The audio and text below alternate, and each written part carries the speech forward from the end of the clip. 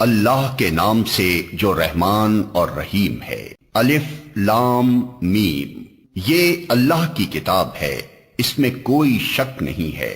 ہدایت ہے ان پرہیزگاروں کے لیے جو غیب پر ایمان لاتے ہیں، نماز قائم کرتے ہیں، جو رزق ہم نے ان کو دیا ہے اس میں سے خرچ کرتے ہیں، جو کتاب تم پر نازل کی گئی ہے یعنی قرآن، اور جو کتابیں تم سے پہلے نازل کی گئی تھیں ان سب پر ایمان لاتے ہیں اور آخرت پر یقین رکھتے ہیں۔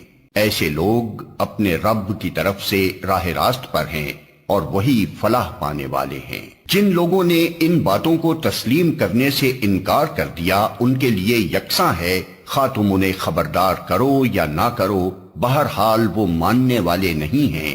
اللہ نے ان کے دلوں اور ان کے کانوں پر مہر لگا دی ہے اور ان کی آنکھوں پر پردہ پڑ گیا ہے، وہ سخت سزا کے مستحق ہیں۔ بعض لوگ ایسے بھی ہیں جو کہتے ہیں ہم اللہ پر اور آخرت کے دن پر ایمان لائے ہیں، حالانکہ در حقیقت وہ مومن نہیں ہیں۔ وہ اللہ اور ایمان لانے والوں کے ساتھ دھوکہ بازی کر رہے ہیں، مگر دراصل وہ خود اپنے آپ ہی کو دھوکے میں ڈال رہے ہیں اور انہیں اس کا شعور نہیں ہے۔ ان کے دلوں میں ایک بیماری ہے جسے اللہ نے اور زیادہ بڑھا دیا ہے، اور جو جھوٹ وہ بولتے ہیں اس کی پاداش میں ان کے لیے دردناک سزا ہے۔ جب کبھی ان سے کہا گیا کہ زمین میں فساد برپا نہ کرو تو انہوں نے یہی کہا کہ ہم تو اصلاح کرنے والے ہیں۔ خبردار، حقیقت میں یہی لوگ مفسد ہیں مگر انہیں شعور نہیں ہے۔ اور جب ان سے کہا گیا کہ جس طرح دوسرے لوگ ایمان لائے ہیں اسی طرح تم بھی ایمان لاؤ تو انہوں نے یہی جواب دیا، کیا ہم بے وقوفوں کی طرح ایمان لائیں؟ خبردار، حقیقت میں تو یہ خود بے وقوف ہیں مگر یہ جانتے نہیں ہیں۔ جب یہ اہل ایمان سے ملتے ہیں تو کہتے ہیں کہ ہم ایمان لائے ہیں، اور جب علیحدگی میں اپنے شیطانوں سے ملتے ہیں تو کہتے ہیں کہ اصل میں تو ہم تمہارے ساتھ ہیں اور ان لوگوں سے محض مذاق کر رہے ہیں۔ اللہ ان سے مذاق کر رہا ہے، وہ ان کی رسی دراز کیے جاتا ہے اور یہ اپنی سرکشی میں اندھوں کی طرح بھٹکتے چلے جاتے ہیں۔ یہ وہ لوگ ہیں جنہوں نے ہدایت کے بدلے گمراہی خرید لی ہے، مگر یہ سودا ان کے لیے نفع بخش نہیں ہے اور یہ ہرگز صحیح راستے پر نہیں ہیں۔ ان کی مثال ایسے ہے جیسے ایک شخص نے آگ روشن کی اور جب اس نے سارے ماحول کو روشن کر دیا تو اللہ نے ان کا نور بصارت سلب کر لیا اور انہیں اس حال پر چھوڑ دیا کہ تاریکیوں میں انہیں کچھ نظر نہیں آتا۔ یہ بہرے ہیں، گونگے ہیں، اندھے ہیں، یہ اب نہ پلٹیں گے۔ یا پھر ان کی مثال یوں سمجھو کہ آسمان سے زور کی بارش ہو رہی ہے اور اس کے ساتھ اندھیری گھٹا اور کڑک اور چمک بھی ہے۔ یہ بجلی کے کڑاکے سن کر اپنی جانوں کے خوف سے کانوں میں انگلیاں ٹھوسے لیتے ہیں، اور اللہ ان منکرین حق کو ہر طرف سے گھیرے میں لیے ہوئے ہے۔ چمک سے ان کی حالت یہ ہو رہی ہے گویا عنقریب بجلی ان کی بصارت اچک لے جائے گی۔ جب ذرا کچھ روشنی انہیں محسوس ہوتی ہے تو اس میں کچھ دور چل لیتے ہیں، اور جب ان پر اندھیرا چھا جاتا ہے تو کھڑے ہو جاتے ہیں۔ اللہ چاہتا تو ان کی سماعت اور بصارت بالکل ہی سلب کر لیتا، یقیناً وہ ہر چیز پر قادر ہے۔ لوگو، بندگی اختیار کرو اپنے اس رب کی جو تمہارا اور تم سے پہلے جو ہو گزرے ہیں ان سب کا خالق ہے۔ تمہارے بچنے کی توقع اسی صورت سے ہو سکتی ہے۔ وہی تو ہے جس نے تمہارے لیے زمین کا فرش بچھایا، آسمان کی چھت بنائی، اوپر سے پانی برسایا اور اس کے ذریعے سے ہر طرح کی پیداوار نکال کر تمہارے لیے رزق بہم پہنچایا۔ پس جب تم یہ جانتے ہو تو دوسروں کو اللہ کے مد مقابل نہ ٹھہراؤ۔ اور اگر تمہیں اس امر میں شک ہے کہ یہ کتاب جو ہم نے اپنے بندے پر اتاری ہے یہ ہماری ہے یا نہیں، تو اس کے مانند ایک ہی صورت بنا لاؤ، اپنے سارے ہم نواؤں کو بلا لو، ایک اللہ کو چھوڑ کر باقی جس جس کی چاہو مدد لے لو، اگر تم سچے ہو تو یہ کام کر کے دکھاؤ۔ لیکن اگر تم نے ایسا نہ کیا اور یقیناً کبھی نہیں کر سکتے تو ڈرو اس آگ سے جس کا ایندھن بنیں گے انسان اور پتھر، جو مہیا کی گئی ہے منکرین حق کے لیے۔ اور اے پیغمبر، جو لوگ اس کتاب پر ایمان لے آئیں اور اس کے مطابق اپنے عمل درست کر لیں، انہیں خوشخبری دے دو کہ ان کے لیے ایسے باغ ہیں جن کے نیچے نہریں بہتی ہوں گی، ان باغوں کے پھل صورت میں دنیا کے پھلوں سے ملتے جلتے ہوں گے۔ جب کوئی پھل انہیں کھانے کو دیا جائے گا تو وہ کہیں گے کہ ایسے ہی پھل اس سے پہلے دنیا میں ہم کو دیے جاتے تھے۔ ان کے لیے وہاں پاکیزہ بیویاں ہوں گی اور وہ وہاں ہمیشہ رہیں گے۔ ہاں، اللہ اس سے ہرگز نہیں شرماتا کہ مچھر یا اس سے بھی حقیر تر کسی چیز کی تمثیلیں دے۔ جو لوگ حق بات کو قبول کرنے والے ہیں وہ انہی تمثیلوں کو دیکھ کر جان لیتے ہیں کہ یہ حق ہے جو ان کے رب ہی کی طرف سے آیا ہے، اور جو ماننے والے نہیں ہیں وہ انہیں سن کر کہنے لگتے ہیں کہ ایسی تمثیلوں سے اللہ کو کیا سروکار۔ اس طرح اللہ ایک ہی بات سے بہتوں کو گمراہی میں مبتلا کر دیتا ہے اور بہتوں کو راہ راست دکھا دیتا ہے، اور گمراہی میں وہ انہی کو مبتلا کرتا ہے جو فاسق ہیں۔ اللہ کے عہد کو مضبوط باندھ لینے کے بعد توڑ دیتے ہیں۔ اللہ نے جسے جوڑنے کا حکم دیا ہے اسے کاٹتے ہیں اور زمین میں فساد برپا کرتے ہیں۔ حقیقت میں یہی لوگ نقصان اٹھانے والے ہیں۔ تم اللہ کے ساتھ کفر کا رویہ کیسے اختیار کرتے ہو؟ حالانکہ تم بے جان تھے، اس نے تم کو زندگی عطا کی، پھر وہی تمہاری جان سلب کرے گا، پھر وہی تمہیں دوبارہ زندگی عطا کرے گا، پھر اسی کی طرف تمہیں پلٹ کر جانا ہے۔ وہی تو ہے جس نے تمہارے لیے زمین کی ساری چیزیں پیدا کی، پھر اوپر کی طرف توجہ فرمائی اور 7 آسمان استوار کیے، اور وہ ہر چیز کا علم رکھنے والا ہے۔ پھر ذرا اس وقت کا تصور کرو جب تمہارے رب نے فرشتوں سے کہا تھا کہ میں زمین میں ایک خلیفہ بنانے والا ہوں۔ انہوں نے عرض کیا، کیا آپ زمین میں کسی ایسے کو مقرر کرنے والے ہیں جو اس کے انتظام کو بگاڑ دے گا اور خون ریزیاں کرے گا؟ آپ کی حمد و ثنا کے ساتھ تسبیح اور آپ کے لیے تقدیس تو ہم کر ہی رہے ہیں۔ فرمایا، میں جانتا ہوں جو کچھ تم نہیں جانتے۔ اس کے بعد اللہ نے آدم کو ساری چیزوں کے نام سکھائے، پھر انہیں فرشتوں کے سامنے پیش کیا اور فرمایا، اگر تمہارا خیال صحیح ہے کہ کسی خلیفہ کے تقرر سے انتظام بگڑ جائے گا تو ذرا ان چیزوں کے نام بتاؤ۔ انہوں نے عرض کیا، نقص سے پاک تو آپ ہی کی ذات ہے، ہم تو بس اتنا ہی علم رکھتے ہیں جتنا آپ نے ہم کو دے دیا ہے۔ حقیقت میں سب کچھ جاننے اور سمجھنے والا آپ کے سوا کوئی نہیں۔ پھر اللہ نے آدم سے کہا، تم انہیں ان چیزوں کے نام بتاؤ۔ جب اس نے ان کو ان سب کے نام بتا دیے تو اللہ نے فرمایا، میں نے تم سے کہا نہ تھا کہ میں آسمانوں اور زمین کی وہ ساری حقیقتیں جانتا ہوں جو تم سے مخفی ہیں۔ جو کچھ تم ظاہر کرتے ہو وہ بھی مجھے معلوم ہے، اور جو کچھ تم چھپاتے ہو اسے بھی میں جانتا ہوں۔ پھر جب ہم نے فرشتوں کو حکم دیا کہ آدم کے آگے جھک جاؤ تو سب جھک گئے، مگر ابلیس نے انکار کیا۔ وہ اپنی بڑائی کے گھمنڈ میں پڑ گیا اور نافرمانوں میں شامل ہو گیا۔ پھر ہم نے آدم سے کہا کہ تم اور تمہاری بیوی دونوں جنت میں رہو اور یہاں بفراغت جو چاہو کھاؤ، مگر اس درخت کا رخ نہ کرنا ورنہ ظالموں میں شمار ہوگے۔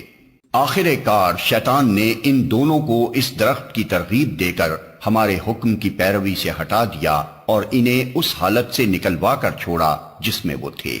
ہم نے حکم دیا کہ اب تم سب یہاں سے اتر جاؤ، تم ایک دوسرے کے دشمن ہو اور تمہیں ایک خاص وقت تک زمین میں ٹھہرنا اور وہیں گزر بسر کرنا ہے۔ اس وقت آدم نے اپنے رب سے چند کلمات سیکھ کر توبہ کی، جس کو اس کے رب نے قبول کر لیا، کیونکہ وہ بڑا معاف کرنے والا اور رحم فرمانے والا ہے۔ ہم نے کہا کہ تم سب یہاں سے اتر جاؤ، پھر جو میری طرف سے کوئی ہدایت تمہارے پاس پہنچے تو جو لوگ میری اس ہدایت کی پیروی کریں گے ان کے لیے کسی خوف اور رنج کا موقع نہ ہوگا، اور جو اس کو قبول کرنے سے انکار کریں گے اور ہماری آیات کو جھٹلائیں گے وہ آگ میں جانے والے لوگ ہیں جہاں وہ ہمیشہ رہیں گے۔ اے بنی اسرائیل، ذرا خیال کرو میری اس نعمت کا جو میں نے تم کو عطا کی تھی۔ میرے ساتھ تمہارا جو عہد تھا اسے تم پورا کرو تو میرا جو عہد تمہارے ساتھ تھا اسے میں پورا کروں، اور مجھی سے تم ڈرو۔ اور میں نے جو کتاب بھیجی ہے اس پر ایمان لاؤ، یہ اس کتاب کی تائید میں ہے جو تمہارے پاس پہلے سے موجود تھی، لہٰذا سب سے پہلے تم ہی اس کے منکر نہ بن جاؤ۔ تھوڑی قیمت پر میری آیات کو نہ بیچ ڈالو اور میرے غضب سے بچو۔ باطل کا رنگ چڑھا کر حق کو مشتبہ نہ بناؤ، اور نہ جانتے بوجھتے حق کو چھپانے کی کوشش کرو۔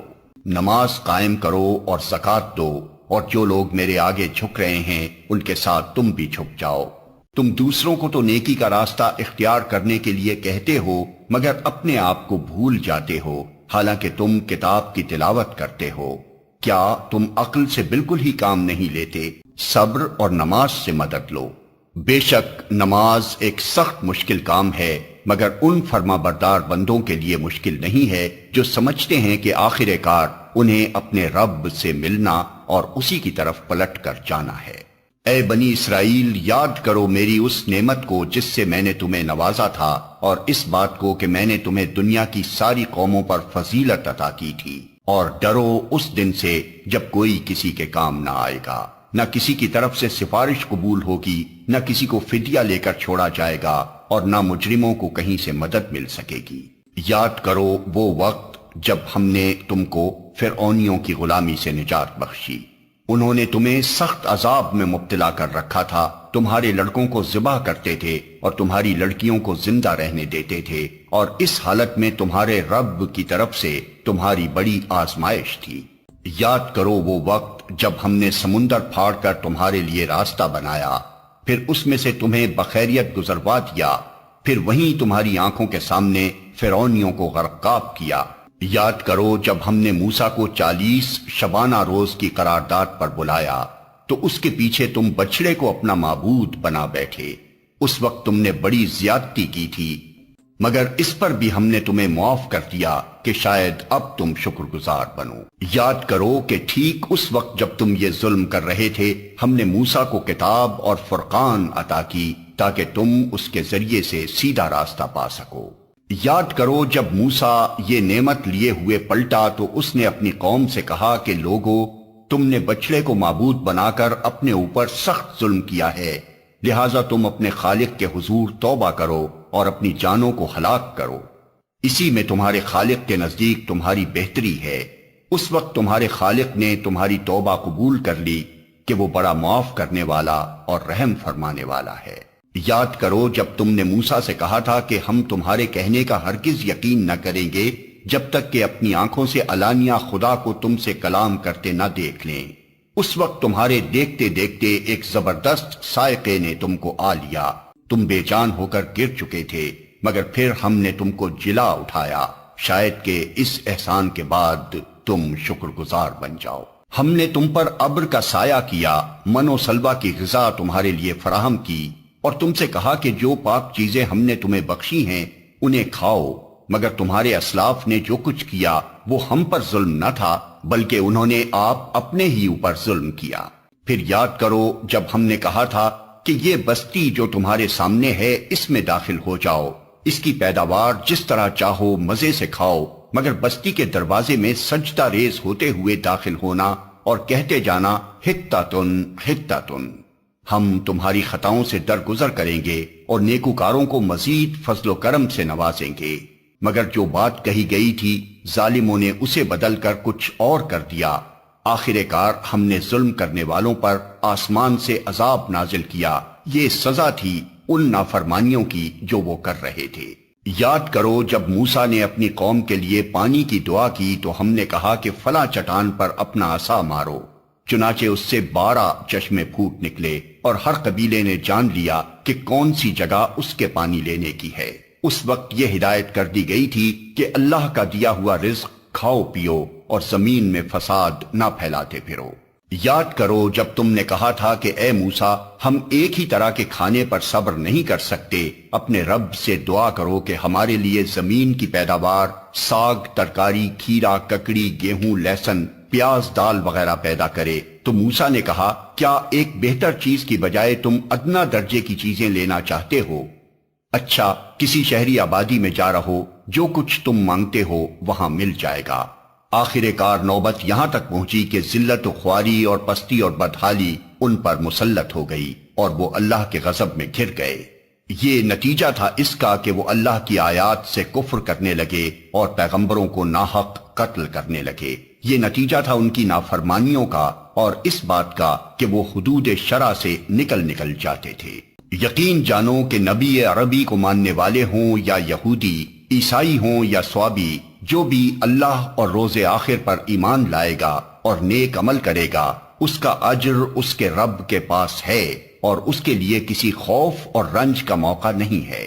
یاد کرو وہ وقت جب ہم نے طور کو تم پر اٹھا کر تم سے پختہ عہد لیا تھا اور کہا تھا کہ جو کتاب ہم تمہیں دے رہے ہیں اسے مضبوطی کے ساتھ تھامنا اور جو احکام و ہدایات اس میں درج ہیں انہیں یاد رکھنا۔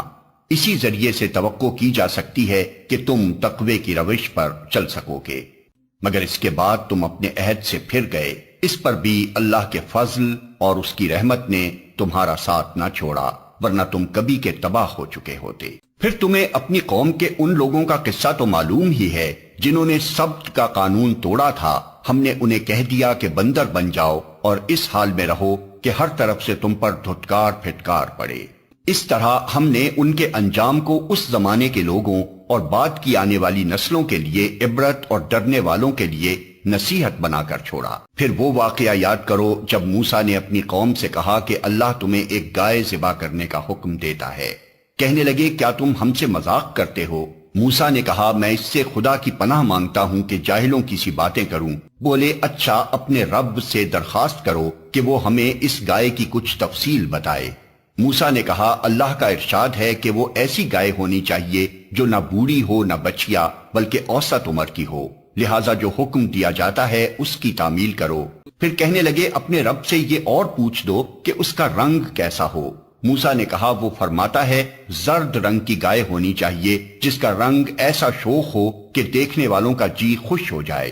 پھر بولے اپنے رب سے صاف صاف پوچھ کر بتاؤ کیسی گائے مطلوب ہے، ہمیں اس کی تعیین میں اشتباہ ہو گیا ہے، اللہ نے چاہا تو ہم اس کا پتہ پا لیں گے۔ موسیٰ نے جواب دیا اللہ کہتا ہے وہ ایسی گائے ہے جس سے خدمت نہیں لی جاتی، نہ زمین جوتتی ہے نہ پانی کھینچتی ہے، صحیح سالم اور بے داغ ہے۔ اس پر وہ پکار اٹھے کہ ہاں اب تم نے ٹھیک پتہ بتایا ہے۔ پھر انہوں نے اسے ذبح کیا ورنہ وہ ایسا کرتے معلوم نہ ہوتے تھے۔ اور تمہیں یاد ہے وہ واقعہ جب تم نے ایک شخص کی جان لی تھی، پھر اس کے بارے میں جھگڑنے اور ایک دوسرے پر قتل کا الزام تھوپنے لگے تھے، اور اللہ نے فیصلہ کر لیا تھا کہ جو کچھ تم چھپاتے ہو اسے کھول کر رکھ دے گا۔ اس وقت ہم نے حکم دیا کہ مقتول کی لاش کو اس کے ایک حصے سے ضرب لگاؤ۔ دیکھو اس طرح اللہ مردوں کو زندگی بخشتا ہے اور تمہیں اپنی نشانیاں دکھاتا ہے تاکہ تم سمجھو۔ مگر ایسی نشانیاں دیکھنے کے بعد بھی آخر کار تمہارے دل سخت ہو گئے، پتھروں کی طرح سخت، بلکہ سختی میں کچھ ان سے بھی بڑے ہوئے۔ کچھ پتھروں میں سے تو کوئی ایسا بھی ہوتا ہے جس میں سے چشمے پھوٹ بہتے ہیں، کوئی پھٹتا ہے اور اس میں سے پانی نکل آتا ہے، اور کوئی خدا کے خوف سے لرز کر گر بھی پڑتا ہے۔ اللہ تمہارے کرتوتوں سے بے خبر نہیں ہے۔ اے مسلمانوں، اب کیا ان لوگوں سے تم یہ توقع رکھتے ہو کہ یہ تمہاری دعوت پر ایمان لے آئیں گے؟ حالانکہ ان میں سے ایک گروہ کا شیوا یہ رہا ہے کہ اللہ کا کلام سنا اور پھر خوب سمجھ بوجھ کر دانستہ اس میں تحریف کی۔ محمد رسول اللہ پر ایمان لانے والوں سے ملتے ہیں تو کہتے ہیں کہ ہم بھی انہیں مانتے ہیں، اور جب آپس میں ایک دوسرے سے تخلیہ کی بات چیت ہوتی ہے تو کہتے ہیں کہ بے وقوف ہو گئے ہو۔ ان لوگوں کو وہ باتیں بتاتے ہو جو اللہ نے تم پر کھولی ہیں تاکہ تمہارے رب کے پاس تمہارے مقابلے میں انہیں حجت میں پیش کریں۔ اور کیا یہ جانتے نہیں ہیں کہ جو کچھ یہ چھپاتے ہیں اور جو کچھ ظاہر کرتے ہیں اللہ کو سب باتوں کی خبر ہے؟ ان میں ایک دوسرا گروہ امیوں کا ہے جو کتاب کا تو علم رکھتے نہیں، بس اپنی بے بنیاد امیدوں اور آرزوؤں کو لیے بیٹھے ہیں اور محض وہم و گمان پر چلے جا رہے ہیں۔ بس ہلاکت اور تباہی ہے ان لوگوں کے لیے جو اپنے ہاتھوں سے شرع کا نوشتہ لکھتے ہیں، پھر لوگوں سے کہتے ہیں کہ یہ اللہ کے پاس سے آیا ہوا ہے تاکہ اس کے معاوضے میں تھوڑا سا فائدہ حاصل کر لیں۔ ان کے ہاتھوں کا یہ لکھا بھی ان کے لیے تباہی کا سامان ہے اور ان کی یہ کمائی بھی ان کے لیے موجب ہلاکت۔ وہ کہتے ہیں کہ دوزخ کی آگ ہمیں ہرگز چھونے والی نہیں، الا یہ کہ چند روز کی سزا مل جائے تو مل جائے۔ ان سے پوچھو کیا تم نے اللہ سے کوئی عہد لے لیا ہے جس کی خلاف ورزی وہ نہیں کر سکتا؟ یا بات یہ ہے کہ تم اللہ کے ذمے ڈال کر ایسی باتیں کہہ دیتے ہو جن کے متعلق تمہیں علم نہیں ہے کہ اس نے ان کا ذمہ لیا ہے؟ آخر تمہیں دوزخ کی آگ کیوں نہ چھوئے گی؟ جو بھی بدی کمائے گا اور اپنی خطاکاری کے چکر میں پڑا رہے گا وہ دوزخی ہے اور دوزخ ہی میں وہ ہمیشہ رہے گا۔ اور جو لوگ ایمان لائیں گے اور نیک عمل کریں گے وہی جنتی ہیں اور جنت میں وہ ہمیشہ رہیں گے۔ یاد کرو اسرائیل کی اولاد سے ہم نے پختہ عہد لیا تھا کہ اللہ کے سوا کسی کی عبادت نہ کرنا، ماں باپ کے ساتھ، رشتہ داروں کے ساتھ، یتیموں اور مسکینوں کے ساتھ نیک سلوک کرنا، لوگوں سے بھلی بات کہنا، نماز قائم کرنا اور زکوٰۃ دینا۔ مگر تھوڑے آدمیوں کے سوا تم سب اس عہد سے پھر گئے اور اب تک پھرے ہوئے ہو۔ پھر ذرا یاد کرو ہم نے تم سے مضبوط عہد لیا تھا کہ آپس میں ایک دوسرے کا خون نہ بہانا اور نہ ایک دوسرے کو گھر سے بے گھر کرنا۔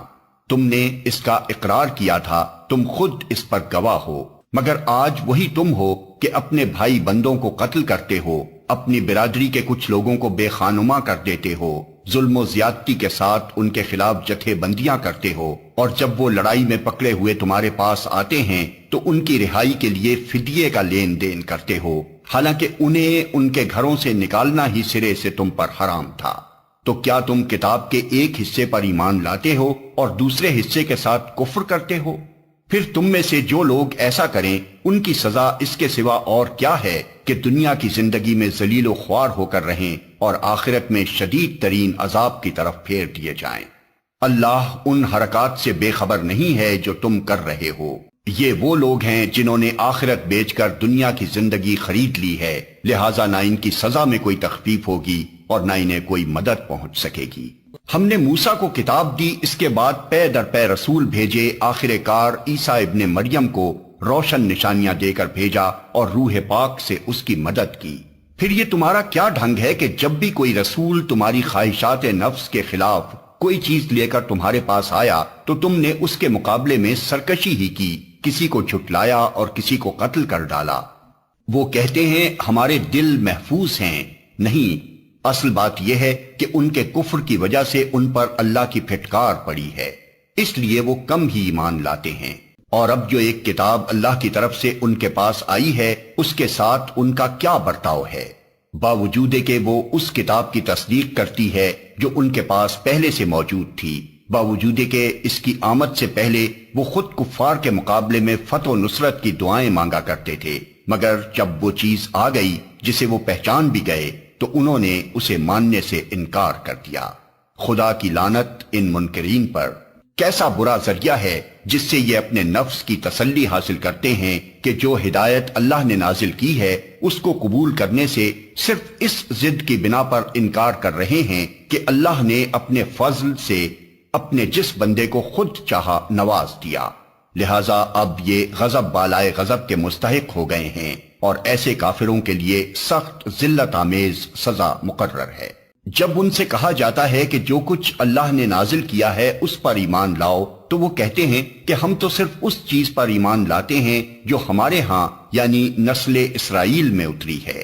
اس دائرے کے باہر جو کچھ آیا ہے اسے ماننے سے وہ انکار کرتے ہیں، حالانکہ وہ حق ہے اور اس تعلیم کی تصدیق و تائید کر رہا ہے جو ان کے ہاں پہلے سے موجود تھی۔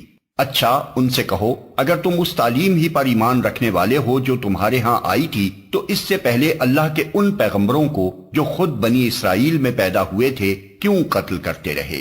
تمہارے پاس موسیٰ کیسی کیسی روشن نشانیوں کے ساتھ آیا، پھر بھی تم ایسے ظالم تھے کہ اس کی پیٹھ موڑتے ہی بچڑے کو معبود بنا بیٹھے۔ پھر ذرا اس میثاق کو یاد کرو جو طور کو تمہارے اوپر اٹھا کر ہم نے تم سے لیا تھا۔ ہم نے تاکید کی تھی کہ جو ہدایات ہم دے رہے ہیں ان کی سختی کے ساتھ پابندی کرو اور کان لگا کر سنو۔ تمہارے اسلاف نے کہا کہ ہم نے سن لیا مگر مانیں گے نہیں، اور ان کی باطل پرستی کا یہ حال تھا کہ دلوں میں ان کے بچڑا ہی بسا ہوا تھا۔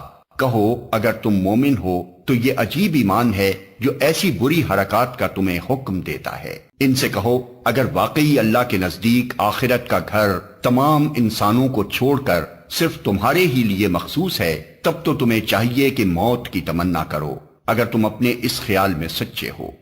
یقین جانو یہ کبھی اس کی تمنا نہ کریں گے، اس لیے کہ اپنے ہاتھوں جو کچھ کما کر انہوں نے وہاں بھیجا ہے اس کا اقتضا یہی ہے کہ یہ وہاں جانے کی تمنا نہ کریں۔ اللہ ان ظالموں کے حال سے خوب واقف ہے۔ تم انہیں سب سے بڑھ کر جینے کا حریص پاؤ گے، حتیٰ کہ یہ اس معاملے میں مشرکوں سے بھی بڑھے ہوئے ہیں۔ ان میں سے ایک ایک شخص یہ چاہتا ہے کہ کسی طرح 1000 برس جیے، حالانکہ لمبی عمر بہرحال اسے عذاب سے تو دور نہیں پھینک سکتی۔ جیسے کچھ اعمال یہ کر رہے ہیں، اللہ تو انہیں دیکھ ہی رہا ہے۔ ان سے کہو کہ جو کوئی جبریل سے عداوت رکھتا ہو، اسے معلوم ہونا چاہیے کہ جبریل نے اللہ ہی کے اذن سے یہ قرآن تمہارے قلب پر نازل کیا ہے، جو پہلے آئی ہوئی کتابوں کی تصدیق و تائید کرتا ہے اور ایمان لانے والوں کے لیے ہدایت اور کامیابی کی بشارت بن کر آیا ہے۔ اگر جبریل سے ان کی عداوت کا سبب یہی ہے تو کہہ دو کہ جو اللہ اور اس کے فرشتوں اور اس کے رسولوں اور جبریل اور میکائیل کے دشمن ہیں، اللہ ان کافروں کا دشمن ہے۔ ہم نے تمہاری طرف ایسی آیات نازل کی ہیں جو صاف صاف حق کا اظہار کرنے والی ہیں، اور ان کی پیروی سے صرف وہی لوگ انکار کرتے ہیں جو فاسق ہیں۔ کیا ہمیشہ ایسا ہی نہیں ہوتا رہا ہے کہ جب انہوں نے کوئی عہد کیا تو ان میں سے ایک نہ ایک گروہ نے اسے ضرور ہی بالائے طاق رکھ دیا؟ بلکہ ان میں سے اکثر ایسے ہی ہیں جو سچے دل سے ایمان نہیں لاتے، اور جب ان کے پاس اللہ کی طرف سے کوئی رسول اس کتاب کی تصدیق و تائید کرتا ہوا آیا جو ان کے ہاں پہلے سے موجود تھی، تو ان اہل کتاب میں سے ایک گروہ نے کتاب اللہ کو اس طرح پس پشت ڈالا گویا کہ وہ کچھ جانتے ہی نہیں، اور لگے ان چیزوں کی پیروی کرنے جو شیاطین سلیمان کی سلطنت کا نام لے کر پیش کیا کرتے تھے، حالانکہ سلیمان نے کبھی کفر نہیں کیا۔ کفر کے مرتکب تو وہ شیاطین تھے جو لوگوں کو جادوگری کی تعلیم دیتے تھے۔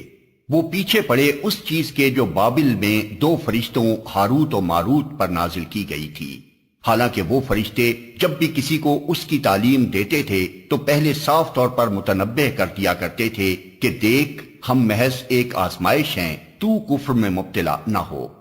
پھر بھی یہ لوگ ان سے وہ چیز سیکھتے تھے جس سے شوہر اور بیوی میں جدائی ڈال دیں۔ ظاہر تھا کہ اذن الہی کے بغیر وہ اس ذریعے سے کسی کو بھی ضرر نہ پہنچا سکتے تھے، مگر اس کے باوجود وہ ایسی چیز سیکھتے تھے جو خود ان کے لیے نفع بخش نہیں بلکہ نقصان دہ تھی، اور انہیں خوب معلوم تھا کہ جو اس چیز کا خریدار بنا اس کے لیے آخرت میں کوئی حصہ نہیں۔ کتنی بری متاع تھی جس کے بدلے انہوں نے اپنی جانوں کو بیچ ڈالا، کاش انہیں معلوم ہوتا۔ اگر وہ ایمان اور تقوی اختیار کرتے تو اللہ کے ہاں اس کا جو بدلہ ملتا وہ ان کے لیے زیادہ بہتر تھا، کاش انہیں خبر ہوتی۔ اے لوگو جو ایمان لائے ہو، رائنا نہ کہا کرو بلکہ انظر نہ کہو، اور توجہ سے بات کو سنو۔ یہ کافر تو عذاب علیم کے مستحق ہیں۔ یہ لوگ جنہوں نے دعوت حق کو قبول کرنے سے انکار کر دیا ہے، خواہ اہل کتاب میں سے ہوں یا مشرک ہوں، ہرگز یہ پسند نہیں کرتے کہ تمہارے رب کی طرف سے تم پر کوئی بھلائی نازل ہو، مگر اللہ جس کو چاہتا ہے اپنی رحمت کے لیے چن لیتا ہے، اور وہ بڑا فضل فرمانے والا ہے۔ ہم اپنی جس آیت کو منسوخ کر دیتے ہیں یا بھلا دیتے ہیں اس کی جگہ اس سے بہتر لاتے ہیں یا کم از کم ویسی ہی۔ کیا تم جانتے نہیں ہو کہ اللہ ہر چیز پر قدرت رکھتا ہے؟ کیا تمہیں خبر نہیں ہے کہ زمین اور آسمانوں کی فرما روائی اللہ ہی کے لیے ہے، اور اس کے سوا کوئی تمہاری خبر گیری کرنے اور تمہاری مدد کرنے والا نہیں ہے؟ پھر کیا تم اپنے رسول سے اس قسم کے سوالات اور مطالبے کرنا چاہتے ہو جیسے اس سے پہلے موسیٰ سے کیے جا چکے ہیں؟ حالانکہ جس شخص نے ایمان کی روش کو کفر کی روش سے بدل لیا وہ راہ راست سے بھٹک گیا۔ اہل کتاب میں سے اکثر لوگ یہ چاہتے ہیں کہ کسی طرح تمہیں ایمان سے پھیر کر پھر کفر کی طرف پلٹا لے جائیں، اگرچہ حق ان پر ظاہر ہو چکا ہے، مگر اپنے نفس کے حسد کی بنا پر تمہارے لیے ان کی یہ خواہش ہے۔ اس کے جواب میں تم عفو درگزر سے کام لو یہاں تک کہ اللہ خود ہی اپنا فیصلہ نافذ کر دے۔ مطمئن رہو کہ اللہ تعالی ہر چیز پر قدرت رکھتا ہے۔ نماز قائم کرو اور زکوٰۃ دو، تم اپنی عاقبت کے لیے جو بھلائی کما کر آگے بھیجو گے اللہ کے ہاں اسے موجود پاؤ گے۔ جو کچھ تم کرتے ہو وہ سب اللہ کی نظر میں ہے۔ ان کا کہنا ہے کہ کوئی شخص جنت میں نہ جائے گا جب تک کہ وہ یہودی نہ ہو یا عیسائیوں کے خیال کے مطابق عیسائی نہ ہو۔ یہ ان کی تمنائیں ہیں۔ ان سے کہو اپنی دلیل پیش کرو اگر تم اپنے دعوے میں سچے ہو۔ دراصل نہ تمہاری کچھ خصوصیت ہے نہ کسی اور کی۔ حق یہ ہے کہ جو بھی اپنی ہستی کو اللہ کی اطاعت میں سونپ دے اور عملاً نیک روش پر چلے، اس کے لیے اس کے رب کے پاس اس کا اجر ہے، اور ایسے لوگوں کے لیے کسی خوف یا رنج کا کوئی موقع نہیں۔ یہودی کہتے ہیں عیسائیوں کے پاس کچھ نہیں، عیسائی کہتے ہیں یہودیوں کے پاس کچھ نہیں، حالانکہ دونوں ہی کتاب پڑھتے ہیں۔ اور اسی قسم کے دعوے ان لوگوں کے بھی ہیں جن کے پاس کتاب کا علم نہیں ہے۔ یہ اختلافات جن میں یہ لوگ مبتلا ہیں، ان کا فیصلہ اللہ قیامت کے روز کر دے گا۔ اور اس شخص سے بڑھ کر ظالم کون ہوگا جو اللہ کے معبدوں میں اس کے نام کی یاد سے روکے اور ان کی ویرانی کے درپے ہو۔ ایسے لوگ اس قابل ہیں کہ ان عبادت گاہوں میں قدم نہ رکھیں، اور اگر وہاں جائیں بھی تو ڈرتے ہوئے جائیں۔ ان کے لیے تو دنیا میں رسوائی ہے اور آخرت میں عذاب عظیم۔ مشرق اور مغرب سب اللہ کے ہیں، جس طرف بھی تم رخ کرو گے اسی طرف اللہ کا رخ ہے۔ اللہ بڑی وسعت والا اور سب کچھ جاننے والا ہے۔ ان کا قول ہے کہ اللہ نے کسی کو بیٹا بنایا ہے، اللہ پاک ہے ان باتوں سے۔ اصل حقیقت یہ ہے کہ زمین اور آسمانوں کی تمام موجودات اس کی ملک ہیں، سب کے سب اس کے مطیع فرمان ہیں۔ وہ آسمانوں اور زمین کا موجد ہے، اور جس بات کا وہ فیصلہ کرتا ہے اس کے لیے بس یہ حکم دیتا ہے کہ ہو جا، اور وہ ہو جاتی ہے۔ نادان کہتے ہیں کہ اللہ خود ہم سے بات کیوں نہیں کرتا، یا کوئی نشانی ہمارے پاس کیوں نہیں آتی۔ ایسی ہی باتیں ان سے پہلے لوگ بھی کیا کرتے تھے۔ ان سب اگلے پچھلے گمراہوں کی ذہنیتیں ایک جیسی ہیں۔ یقین لانے والوں کے لیے تو ہم نشانیاں صاف صاف نمایاں کر چکے ہیں۔ اس سے بڑھ کر نشانی کیا ہوگی کہ ہم نے تم کو علم حق کے ساتھ خوشخبری دینے والا اور ڈرانے والا بنا کر بھیجا۔ اب جو لوگ جہنم سے رشتہ جوڑ چکے ہیں ان کی طرف سے تم ذمہ دار و جواب دہ نہیں ہو۔ یہودی اور عیسائی تم سے ہرگز راضی نہ ہوں گے جب تک تم ان کے طریقے پر نہ چلنے لگو۔ صاف کہہ دو کہ راستہ بس وہی ہے جو اللہ نے بتایا ہے، ورنہ اگر اس علم کے بعد جو تمہارے پاس آ چکا ہے تم نے ان کی خواہشات کی پیروی کی تو اللہ کی پکڑ سے بچانے والا کوئی دوست اور مددگار تمہارے لیے نہیں ہے۔ جن لوگوں کو ہم نے کتاب دی ہے وہ اسے اس طرح پڑھتے ہیں جیسا کہ پڑھنے کا حق ہے، وہ اس پر سچے دل سے ایمان لاتے ہیں، اور جو اس کے ساتھ کفر کا رویہ اختیار کریں وہی اصل میں نقصان اٹھانے والے ہیں۔ اے بنی اسرائیل، یاد کرو میری وہ نعمت جس سے میں نے تمہیں نوازا تھا، اور یہ کہ میں نے تمہیں دنیا کی تمام قوموں پر فضیلت دی تھی، اور ڈرو اس دن سے جب کوئی کسی کے ذرا کام نہ آئے گا، نہ کسی سے فدیہ قبول کیا جائے گا، نہ کوئی سفارش ہی آدمی کو فائدہ دے گی، اور نہ مجرموں کو کہیں سے کوئی مدد پہنچ سکے گی۔ یاد کرو کہ جب ابراہیم کو اس کے رب نے چند باتوں میں آزمایا اور وہ ان سب میں پورا اتر گیا تو اس نے کہا میں تجھے سب لوگوں کا پیشوا بنانے والا ہوں۔ ابراہیم نے عرض کیا اور کیا میری اولاد سے بھی یہی وعدہ ہے؟ اس نے جواب دیا میرا وعدہ ظالموں سے متعلق نہیں ہے۔ اور ہم نے اس گھر کعبے کو لوگوں کے لیے مرکز اور امن کی جگہ قرار دیا تھا، اور لوگوں کو حکم دیا تھا کہ ابراہیم جہاں عبادت کے لیے کھڑا ہوتا ہے اس مقام کو مستقل جائے نماز بنا لو، اور ابراہیم اور اسماعیل کو تاکید کی تھی کہ میرے اس گھر کو طواف اور اعتکاف اور رکوع اور سجدہ کرنے والوں کے لیے پاک رکھو۔ اور یہ کہ ابراہیم نے دعا کی اے میرے رب اس شہر کو امن کا شہر بنا دے، اور اس کے باشندوں میں سے جو اللہ اور آخرت کو مانے انہیں ہر قسم کے پھلوں کا رزق دے۔ جواب میں اس کے رب نے فرمایا اور جو نہ مانے گا دنیا کی چند روزہ زندگی کا سامان تو میں اسے بھی دوں گا، مگر آخر کار اسے عذاب جہنم کی طرف گھسیٹوں گا، اور وہ بدترین ٹھکانہ ہے۔ اور یاد کرو ابراہیم اور اسماعیل جب اس گھر کی دیواریں اٹھا رہے تھے تو دعا کرتے جاتے تھے اے ہمارے رب ہم سے یہ خدمت قبول فرما لے، تو سب کی سننے اور سب کچھ جاننے والا ہے۔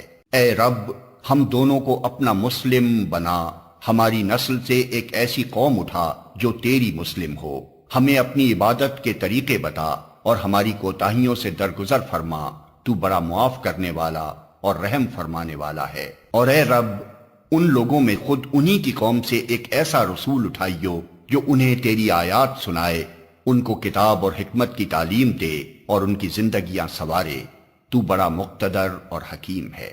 اب کون ہے جو ابراہیم کے طریقے سے نفرت کرے؟ جس نے خود اپنے آپ کو حماقت و جہالت میں مبتلا کر لیا ہو، اس کے سوا کون یہ حرکت کر سکتا ہے؟ ابراہیم تو وہ شخص ہے جس کو ہم نے دنیا میں اپنے کام کے لیے چن لیا تھا اور آخرت میں اس کا شمار صالحین میں ہوگا۔ اس کا حال یہ تھا کہ جب اس کے رب نے اس سے کہا مسلم ہو جا تو اس نے فوراً کہا میں مالک کائنات کا مسلم ہو گیا۔ اسی طریقے پر چلنے کی ہدایت اس نے اپنی اولاد کو کی تھی اور اسی کی وصیت یعقوب اپنی اولاد کو کر گیا۔ اس نے کہا تھا کہ میرے بچوں، اللہ نے تمہارے لیے یہی دین پسند کیا ہے، لہٰذا مرتے دم تک مسلم ہی رہنا۔ پھر کیا تم اس وقت موجود تھے جب یعقوب اس دنیا سے رخصت ہو رہا تھا؟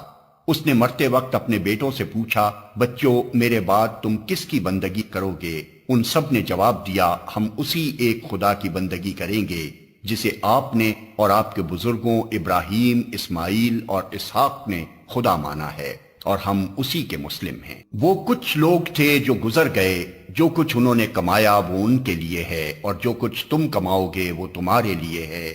تم سے یہ نہ پوچھا جائے گا کہ وہ کیا کرتے تھے۔ یہودی کہتے ہیں یہودی ہو تو راہ راست پاؤ گے، عیسائی کہتے ہیں عیسائی ہو تو ہدایت ملے گی۔ ان سے کہو نہیں، بلکہ سب کو چھوڑ کر ابراہیم کا طریقہ، اور ابراہیم مشرکوں میں سے نہ تھا۔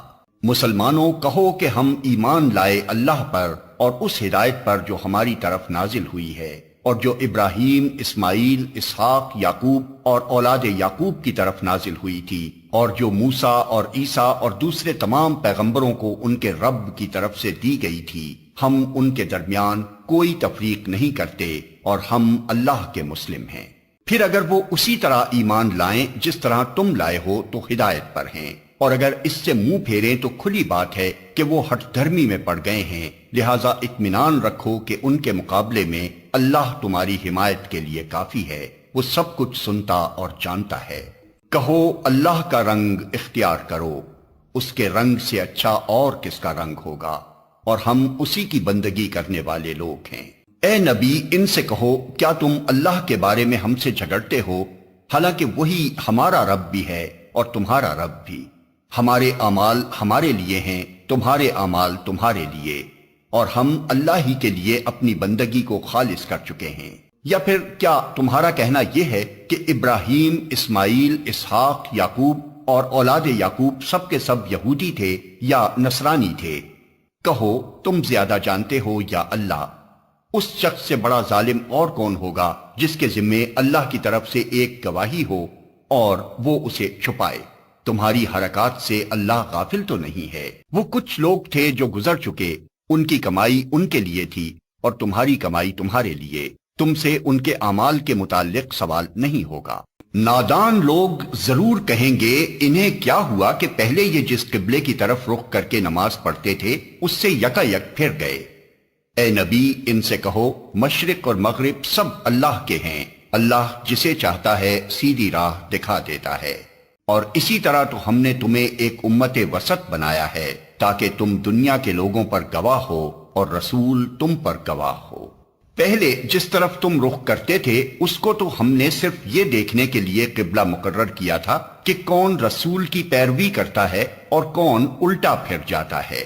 یہ معاملہ تھا تو بڑا سخت، مگر ان لوگوں کے لیے کچھ بھی سخت ثابت نہ ہوا جو اللہ کی ہدایت سے فیض یاب تھے۔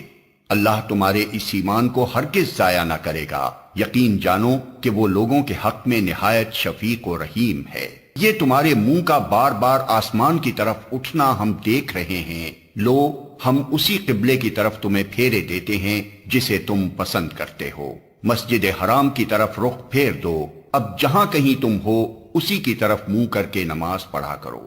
یہ لوگ جنہیں کتاب دی گئی تھی خوب جانتے ہیں کہ تحویل قبلہ کا یہ حکم ان کے رب ہی کی طرف سے ہے اور برحق ہے، مگر اس کے باوجود جو کچھ یہ کر رہے ہیں اللہ اس سے غافل نہیں ہے۔ تم ان اہل کتاب کے پاس خواہ کوئی نشانی لے آؤ، ممکن نہیں کہ یہ تمہارے قبلے کی پیروی کرنے لگیں، اور نہ تمہارے لیے یہ ممکن ہے کہ ان کے قبلے کی پیروی کرو، اور ان میں سے کوئی گروہ بھی دوسرے کے قبلے کی پیروی کے لیے تیار نہیں ہے۔ اور اگر تم نے اس علم کے بعد جو تمہارے پاس آ چکا ہے ان کی خواہشات کی پیروی کی تو یقیناً تمہارا شمار ظالموں میں ہوگا۔ جن لوگوں کو ہم نے کتاب دی ہے وہ اس مقام کو جسے قبلہ بنایا گیا ہے ایسا پہچانتے ہیں جیسا اپنی اولاد کو پہچانتے ہیں۔ مگر ان میں سے ایک گروہ جانتے بوجھتے حق کو چھپا رہا ہے۔ یہ قطعی ایک امر حق ہے تمہارے رب کی طرف سے، لہذا اس کے متعلق تم ہرگز کسی شک میں نہ پڑو۔ ہر ایک کے لیے ایک رخ ہے جس کی طرف وہ مڑتا ہے، پس تم بھلائیوں کی طرف سبقت کرو۔ جہاں بھی تم ہوگے اللہ تمہیں پا لے گا، اس کی قدرت سے کوئی چیز باہر نہیں۔ تمہارا گزر جس مقام سے بھی ہو وہیں سے اپنا رخ نماز کے وقت مسجد حرام کی طرف پھیر دو، کیونکہ یہ تمہارے رب کا بالکل برحق فیصلہ ہے اور اللہ تم لوگوں کے اعمال سے بے خبر نہیں ہے۔ اور جہاں سے بھی تمہارا گزر ہو اپنا رخ مسجد حرام ہی کی طرف پھیرا کرو، اور جہاں بھی تم ہو اسی کی طرف منہ کر کے نماز پڑھو، تاکہ لوگوں کو تمہارے خلاف کوئی حجت نہ ملے۔ ہاں، جو ظالم ہیں ان کی زبان کسی حال میں بند نہ ہوگی، تو ان سے تم نہ ڈرو بلکہ مجھ سے ڈرو، اور اس لیے کہ میں تم پر اپنی نعمت پوری کر دوں، اور اس توقع پر کہ میرے اس حکم کی پیروی سے تم اسی طرح فلاح کا راستہ پاؤ گے جس طرح تمہیں اس چیز سے فلاح نصیب ہوئی کہ میں نے تمہارے درمیان خود تم میں سے ایک رسول بھیجا جو تمہیں میری آیات سناتا ہے، تمہاری زندگیوں کو سنوارتا ہے، تمہیں کتاب اور حکمت کی تعلیم دیتا ہے، اور تمہیں وہ باتیں سکھاتا ہے جو تم نہ جانتے تھے۔ لہٰذا تم مجھے یاد رکھو، میں تمہیں یاد رکھوں گا، اور میرا شکر ادا کرو، کفران نعمت نہ کرو۔ اے لوگو جو ایمان لائے ہو، صبر اور نماز سے مدد لو، اللہ صبر کرنے والوں کے ساتھ ہے۔ اور جو لوگ اللہ کی راہ میں مارے جائیں انہیں مردہ نہ کہو، ایسے لوگ تو حقیقت میں زندہ ہیں مگر تمہیں ان کی زندگی کا شعور نہیں ہوتا۔ اور ہم ضرور تمہیں خوف و خطر، فاقہ کشی، جان و مال کے نقصانات اور آمدنیوں کے گھاٹے میں مبتلا کر کے تمہاری آزمائش کریں گے۔ ان حالات میں جو لوگ صبر کریں اور جب کوئی مصیبت پڑے تو کہیں کہ ہم اللہ ہی کے ہیں اور اللہ ہی کی طرف ہمیں پلٹ کر جانا ہے، انہیں خوشخبری دے دو، ان پر ان کے رب کی طرف سے بڑی عنایات ہوں گی، اس کی رحمت ان پر سایہ کرے گی، اور ایسے ہی لوگ راست رو ہیں۔ یقیناً صفا اور مروہ اللہ کی نشانیوں میں سے ہیں، لہٰذا جو شخص بیت اللہ کا حج یا عمرہ کرے اس کے لیے کوئی گناہ کی بات نہیں کہ وہ ان دونوں پہاڑیوں کے درمیان سعی کر لے۔ اور جو برضا و رغبت کوئی بھلائی کا کام کرے گا اللہ کو اس کا علم ہے اور وہ اس کی قدر کرنے والا ہے۔ جو لوگ ہماری نازل کی ہوئی روشن تعلیمات اور ہدایات کو چھپاتے ہیں، دراں حالانکہ ہم انہیں سب انسانوں کی رہنمائی کے لیے اپنی کتاب میں بیان کر چکے ہیں، یقین جانو کہ اللہ بھی ان پر لعنت کرتا ہے اور تمام لعنت کرنے والے بھی ان پر لعنت بھیجتے ہیں۔ البتہ جو اس روش سے باز آ جائیں اور اپنے طرز عمل کی اصلاح کر لیں اور جو کچھ چھپاتے تھے اسے بیان کرنے لگیں، ان کو میں معاف کر دوں گا، اور میں بڑا درگزر کرنے والا اور رحم کرنے والا ہوں۔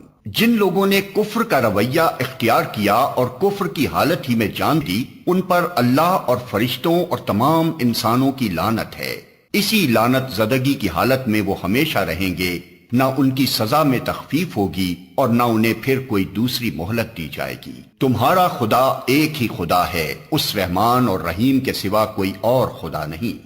اس حقیقت کو پہچاننے کے لیے اگر کوئی نشانی اور علامت درکار ہے تو جو لوگ عقل سے کام لیتے ہیں ان کے لیے آسمانوں اور زمین کی ساخت میں، رات اور دن کے پہم ایک دوسرے کے بعد آنے میں، ان کشتیوں میں جو انسان کے نفع کی چیزیں لیے ہوئے دریاؤں اور سمندروں میں چلتی پھرتی ہیں، بارش کے اس پانی میں جسے اللہ اوپر سے برساتا ہے، پھر اس کے ذریعے سے زمین کو زندگی بخشتا ہے، اور اپنے اسی انتظام کی بدولت زمین میں ہر قسم کی جاندار مخلوق کو پھیلاتا ہے، ہواؤں کی گردش میں اور ان بادلوں میں جو آسمان اور زمین کے درمیان تابع فرمان بنا کر رکھے گئے ہیں، بے شمار نشانیاں ہیں۔ مگر وحدت خداوندی پر دلالت کرنے والے ان کھلے کھلے آثار کے ہوتے ہوئے بھی کچھ لوگ ایسے ہیں جو اللہ کے سوا دوسروں کو اس کا ہمسر اور مد مقابل بناتے ہیں، اور ان کے ایسے گرویدہ ہیں جیسے اللہ کے ساتھ گرویدگی ہونی چاہیے، حالانکہ ایمان رکھنے والے لوگ سب سے بڑھ کر اللہ کو محبوب رکھتے ہیں۔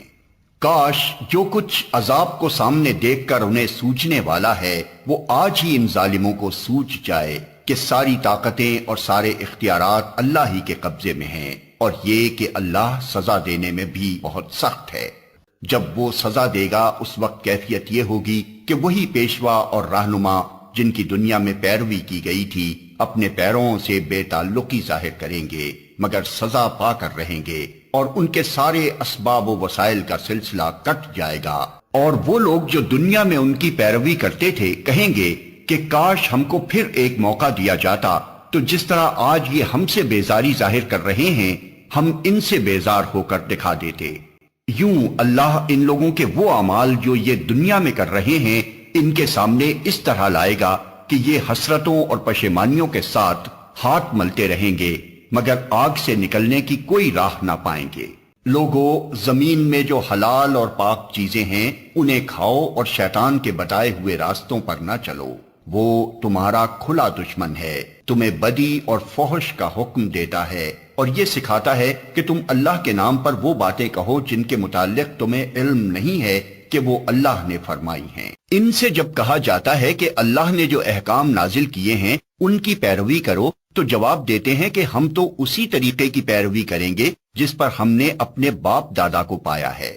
اچھا، اگر ان کے باپ دادا نے عقل سے کچھ بھی کام نہ لیا ہو اور راہ راست نہ پائی ہو تو کیا پھر بھی یہ انہی کی پیروی کیے چلے جائیں گے؟ یہ لوگ جنہوں نے خدا کے بتائے ہوئے طریقے پر چلنے سے انکار کر دیا ہے ان کی حالت بالکل ایسی ہے جیسے چرواہا جانوروں کو پکارتا ہے اور وہ ہانک پکار کی صدا کے سوا کچھ نہیں سنتے۔ یہ بہرے ہیں، گونگے ہیں، اندھے ہیں، اس لیے کوئی بات ان کی سمجھ میں نہیں آتی۔ اے لوگو جو ایمان لائے ہو، اگر تم حقیقت میں اللہ ہی کی بندگی کرنے والے ہو تو جو پاک چیزیں ہم نے تمہیں بخشی ہیں انہیں بے تکلف کھاؤ اور اللہ کا شکر ادا کرو۔ اللہ کی طرف سے اگر کوئی پابندی تم پر ہے تو وہ یہ ہے کہ مردار نہ کھاؤ، خون سے اور سور کے گوشت سے پرہیز کرو، اور کوئی ایسی چیز نہ کھاؤ جس پر اللہ کے سوا کسی اور کا نام لیا گیا ہو۔ ہاں، جو شخص مجبوری کی حالت میں ہو اور وہ ان میں سے کوئی چیز کھا لے بغیر اس کے کہ وہ قانون شکنی کا ارادہ رکھتا ہو یا ضرورت کی حد سے تجاوز کرے تو اس پر کچھ گناہ نہیں۔ اللہ بخشنے والا اور رحم کرنے والا ہے۔ حق یہ ہے کہ جو لوگ ان احکام کو چھپاتے ہیں جو اللہ نے اپنی کتاب میں نازل کیے ہیں اور تھوڑے سے دنیاوی فائدوں پر انہیں بھیٹ چڑھاتے ہیں، وہ دراصل اپنے پیٹ آگ سے بھر رہے ہیں۔ قیامت کے روز اللہ ہرگز ان سے بات نہ کرے گا، نہ انہیں پاکیزہ ٹھہرائے گا، اور ان کے لیے دردناک سزا ہے۔ یہ وہ لوگ ہیں جنہوں نے ہدایت کے بدلے ضلالت خریدی اور مغفرت کے بدلے عذاب مول لے لیا۔ کیسا عجیب ہے ان کا حوصلہ کہ جہنم کا عذاب برداشت کرنے کے لیے تیار ہیں۔ یہ سب کچھ اس وجہ سے ہوا کہ اللہ نے تو ٹھیک ٹھیک حق کے مطابق کتاب نازل کی تھی، مگر جن لوگوں نے کتاب میں اختلافات نکالے وہ اپنے جھگڑوں میں حق سے بہت دور نکل گئے۔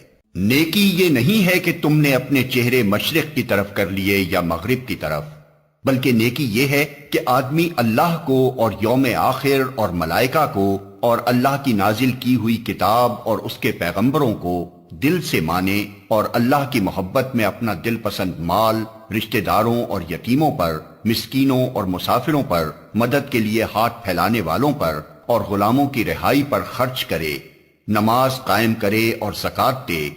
اور نیک وہ لوگ ہیں کہ جب عہد کریں تو اسے وفا کریں، اور تنگی و مصیبت کے وقت میں اور حق و باطل کی جنگ میں صبر کریں۔ یہ ہیں راست باز لوگ، اور یہی لوگ متقی ہیں۔ اے لوگو جو ایمان لائے ہو، تمہارے لیے قتل کے مقدموں میں قصاص کا حکم لکھ دیا گیا ہے۔ آزاد آدمی نے قتل کیا ہو تو اس آزاد ہی سے بدلہ لیا جائے، غلام قاتل ہو تو وہ غلام ہی قتل کیا جائے، اور عورت اس جرم کی مرتکب ہو تو اس عورت ہی سے قصاص لیا جائے۔ ہاں، اگر کسی قاتل کے ساتھ اس کا بھائی کچھ نرمی کرنے کے لیے تیار ہو تو معروف طریقے کے مطابق خون بہا کا تصفیہ ہونا چاہیے، اور قاتل کو لازم ہے کہ راستی کے ساتھ خون بہا ادا کرے۔ یہ تمہارے رب کی طرف سے تخفیف اور رحمت ہے، اس پر بھی جو زیادتی کرے اس کے لیے دردناک سزا ہے۔ عقل و خرد رکھنے والو، تمہارے لیے قصاص میں زندگی ہے، امید ہے کہ تم اس قانون کی خلاف ورزی سے پرہیز کرو گے۔ تم پر فرض کیا گیا ہے کہ جب تم میں سے کسی کی موت کا وقت آئے اور وہ اپنے پیچھے مال چھوڑ رہا ہو تو والدین اور رشتہ داروں کے لیے معروف طریقے سے وصیت کرے، یہ حق ہے متقی لوگوں پر۔ پھر جنہوں نے وصیت سنی اور بعد میں اسے بدل ڈالا تو اس کا گناہ ان بدلنے والوں پر ہوگا۔ اللہ سب کچھ سنتا اور جانتا ہے۔ البتہ جس کو یہ اندیشہ ہو کہ وصیت کرنے والے نے نادانستہ یا قصدن حق تلفی کی ہے اور پھر معاملے سے تعلق رکھنے والوں کے درمیان وہ اصلاح کرے تو اس پر کچھ گناہ نہیں ہے۔ اللہ بخشنے والا اور رحم فرمانے والا ہے۔ اے لوگو جو ایمان لائے ہو، تم پر روزے فرض کر دیے گئے جس طرح تم سے پہلے انبیاء کے پیرووں پر فرض کیے گئے تھے۔ اس سے توقع ہے کہ تم میں تقوی کی صفت پیدا ہوگی۔ چند مقرر دنوں کے روزے ہیں۔ اگر تم میں سے کوئی بیمار ہو یا سفر پر ہو تو دوسرے دنوں میں اتنی ہی تعداد پوری کر لے، اور جو لوگ روزہ رکھنے کی قدرت رکھتے ہوں پھر نہ رکھیں تو وہ فدیہ دیں۔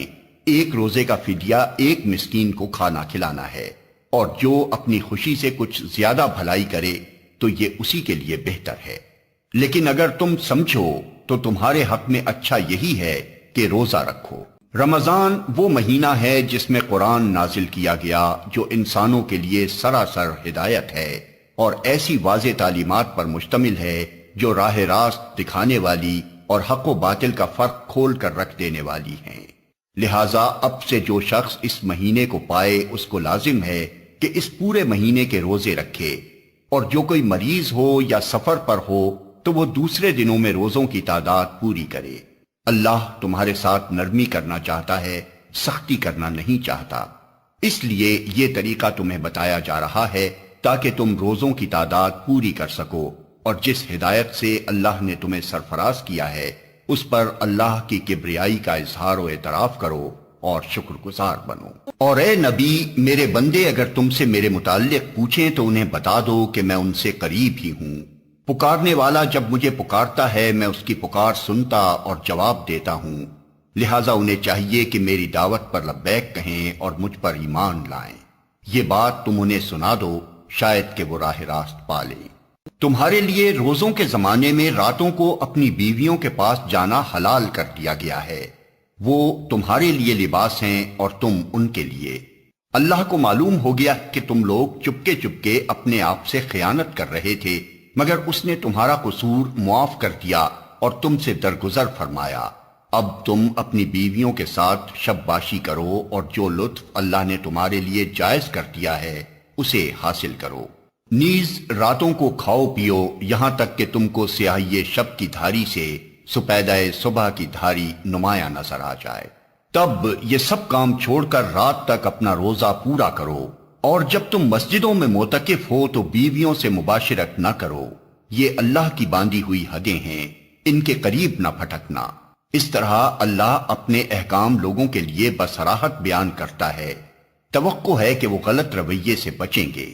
اور تم لوگ نہ تو آپس میں ایک دوسرے کے مال ناروا طریقے سے کھاؤ، اور نہ حاکموں کے آگے ان کو اس غرض کے لیے پیش کرو کہ تمہیں دوسرے کے مال کا کوئی حصہ قصدن ظالمانہ طریقے سے کھانے کا موقع مل جائے۔ لوگ تم سے چاند کی گھٹتی بڑھتی صورتوں کے متعلق پوچھتے ہیں، کہو یہ لوگوں کے لیے تاریخوں کی تعیین کی اور حج کی علامتیں ہیں۔ نیز ان سے کہو یہ کوئی نیکی کا کام نہیں ہے کہ تم اپنے گھروں میں پیچھے کی طرف سے داخل ہوتے ہو۔ نیکی تو اصل میں یہ ہے کہ آدمی اللہ کی ناراضی سے بچے، لہذا تم اپنے گھروں میں دروازے ہی سے آیا کرو۔ البتہ اللہ سے ڈرتے رہو، شاید کہ تمہیں فلاح نصیب ہو جائے۔ اور تم اللہ کی راہ میں ان لوگوں سے لڑو جو تم سے لڑتے ہیں، مگر زیادتی نہ کرو کہ اللہ زیادتی کرنے والوں کو پسند نہیں کرتا۔ ان سے لڑو جہاں بھی تمہارا ان سے مقابلہ پیش آئے، اور انہیں نکالو جہاں سے انہوں نے تم کو نکالا ہے، اس لیے کہ قتل اگرچہ برا ہے مگر فتنہ اس سے بھی زیادہ برا ہے۔ اور مسجد حرام کے قریب جب تک وہ تم سے نہ لڑیں تم بھی نہ لڑو، مگر جب وہ وہاں لڑنے سے نہ چوکیں تو تم بھی بے تکلف انہیں مارو، کہ ایسے کافروں کی یہی سزا ہے۔ پھر اگر وہ باز آ جائیں تو جان لو کہ اللہ معاف کرنے والا اور رحم فرمانے والا ہے۔ تم ان سے لڑتے رہو یہاں تک کہ فتنہ باقی نہ رہے اور دین اللہ کے لیے ہو جائے۔ پھر اگر وہ باز آ جائیں تو سمجھ لو کہ ظالموں کے سوا اور کسی پر دست درازی روا نہیں۔ ماہ حرام کا بدلہ ماہ حرام ہی ہے، اور تمام حرمتوں کا لحاظ برابری کے ساتھ ہوگا۔ لہذا جو تم پر دست درازی کرے تم بھی اسی طرح اس پر دست درازی کرو، البتہ اللہ سے ڈرتے رہو اور یہ جان رکھو کہ اللہ انہی لوگوں کے ساتھ ہے جو اس کی حدود توڑنے سے پرہیز کرتے ہیں۔ اللہ کی راہ میں خرچ کرو اور اپنے ہاتھوں اپنے آپ کو ہلاکت میں نہ ڈالو۔ احسان کا طریقہ اختیار کرو کہ اللہ محسنوں کو پسند کرتا ہے۔ اللہ کی خوشنودی کے لیے جب حج اور عمرے کی نیت کرو تو اسے پورا کرو، اور اگر کہیں گھر جاؤ تو جو قربانی میسر آئے اللہ کی جناب میں پیش کرو، اور اپنے سر نہ مونڈو جب تک کہ قربانی اپنی جگہ نہ پہنچ جائے۔ مگر جو شخص مریض ہو یا جس کے سر میں کوئی تکلیف ہو اور اس بنا پر اپنا سر منڈوا لے تو اسے چاہیے کہ فدیے کے طور پر روزے رکھے یا صدقہ دے یا قربانی کرے۔ پھر اگر تمہیں امن نصیب ہو جائے اور تم حج سے پہلے مکے پہنچ جاؤ تو جو شخص تم میں سے حج کا زمانہ آنے تک عمرے کا فائدہ اٹھائے وہ حسب مقدور قربانی دے، اور اگر قربانی میسر نہ ہو تو 3 روزے حج کے زمانے میں اور 7 گھر پہنچ کر، اس طرح پورے 10 روزے رکھ لے۔ یہ رعایت ان لوگوں کے لیے ہے جن کے گھر بار مسجد حرام کے قریب نہ ہوں۔ اللہ کے ان احکام کی خلاف ورزی سے بچو اور خوب جان لو کہ اللہ سخت سزا دینے والا ہے۔ حج کے مہینے سب کو معلوم ہیں۔ جو شخص ان مقرر مہینوں میں حج کی نیت کرے اسے خبردار رہنا چاہیے کہ حج کے دوران میں اس سے کوئی شہوانی فعل، کوئی بدعملی، کوئی لڑائی جھگڑے کی بات سرزد نہ ہو، اور جو نیک کام تم کرو گے وہ اللہ کے علم میں ہوگا۔ سفر حج کے ساتھ زاد راہ لے جاؤ، اور سب سے بہتر زاد راہ پرہیزگاری ہے، پس اے ہوش مندو میری نافرمانی سے پرہیز کرو۔ اور اگر حج کے ساتھ ساتھ تم اپنے رب کا فضل بھی تلاش کرتے جاؤ تو اس میں کوئی مذائقہ نہیں۔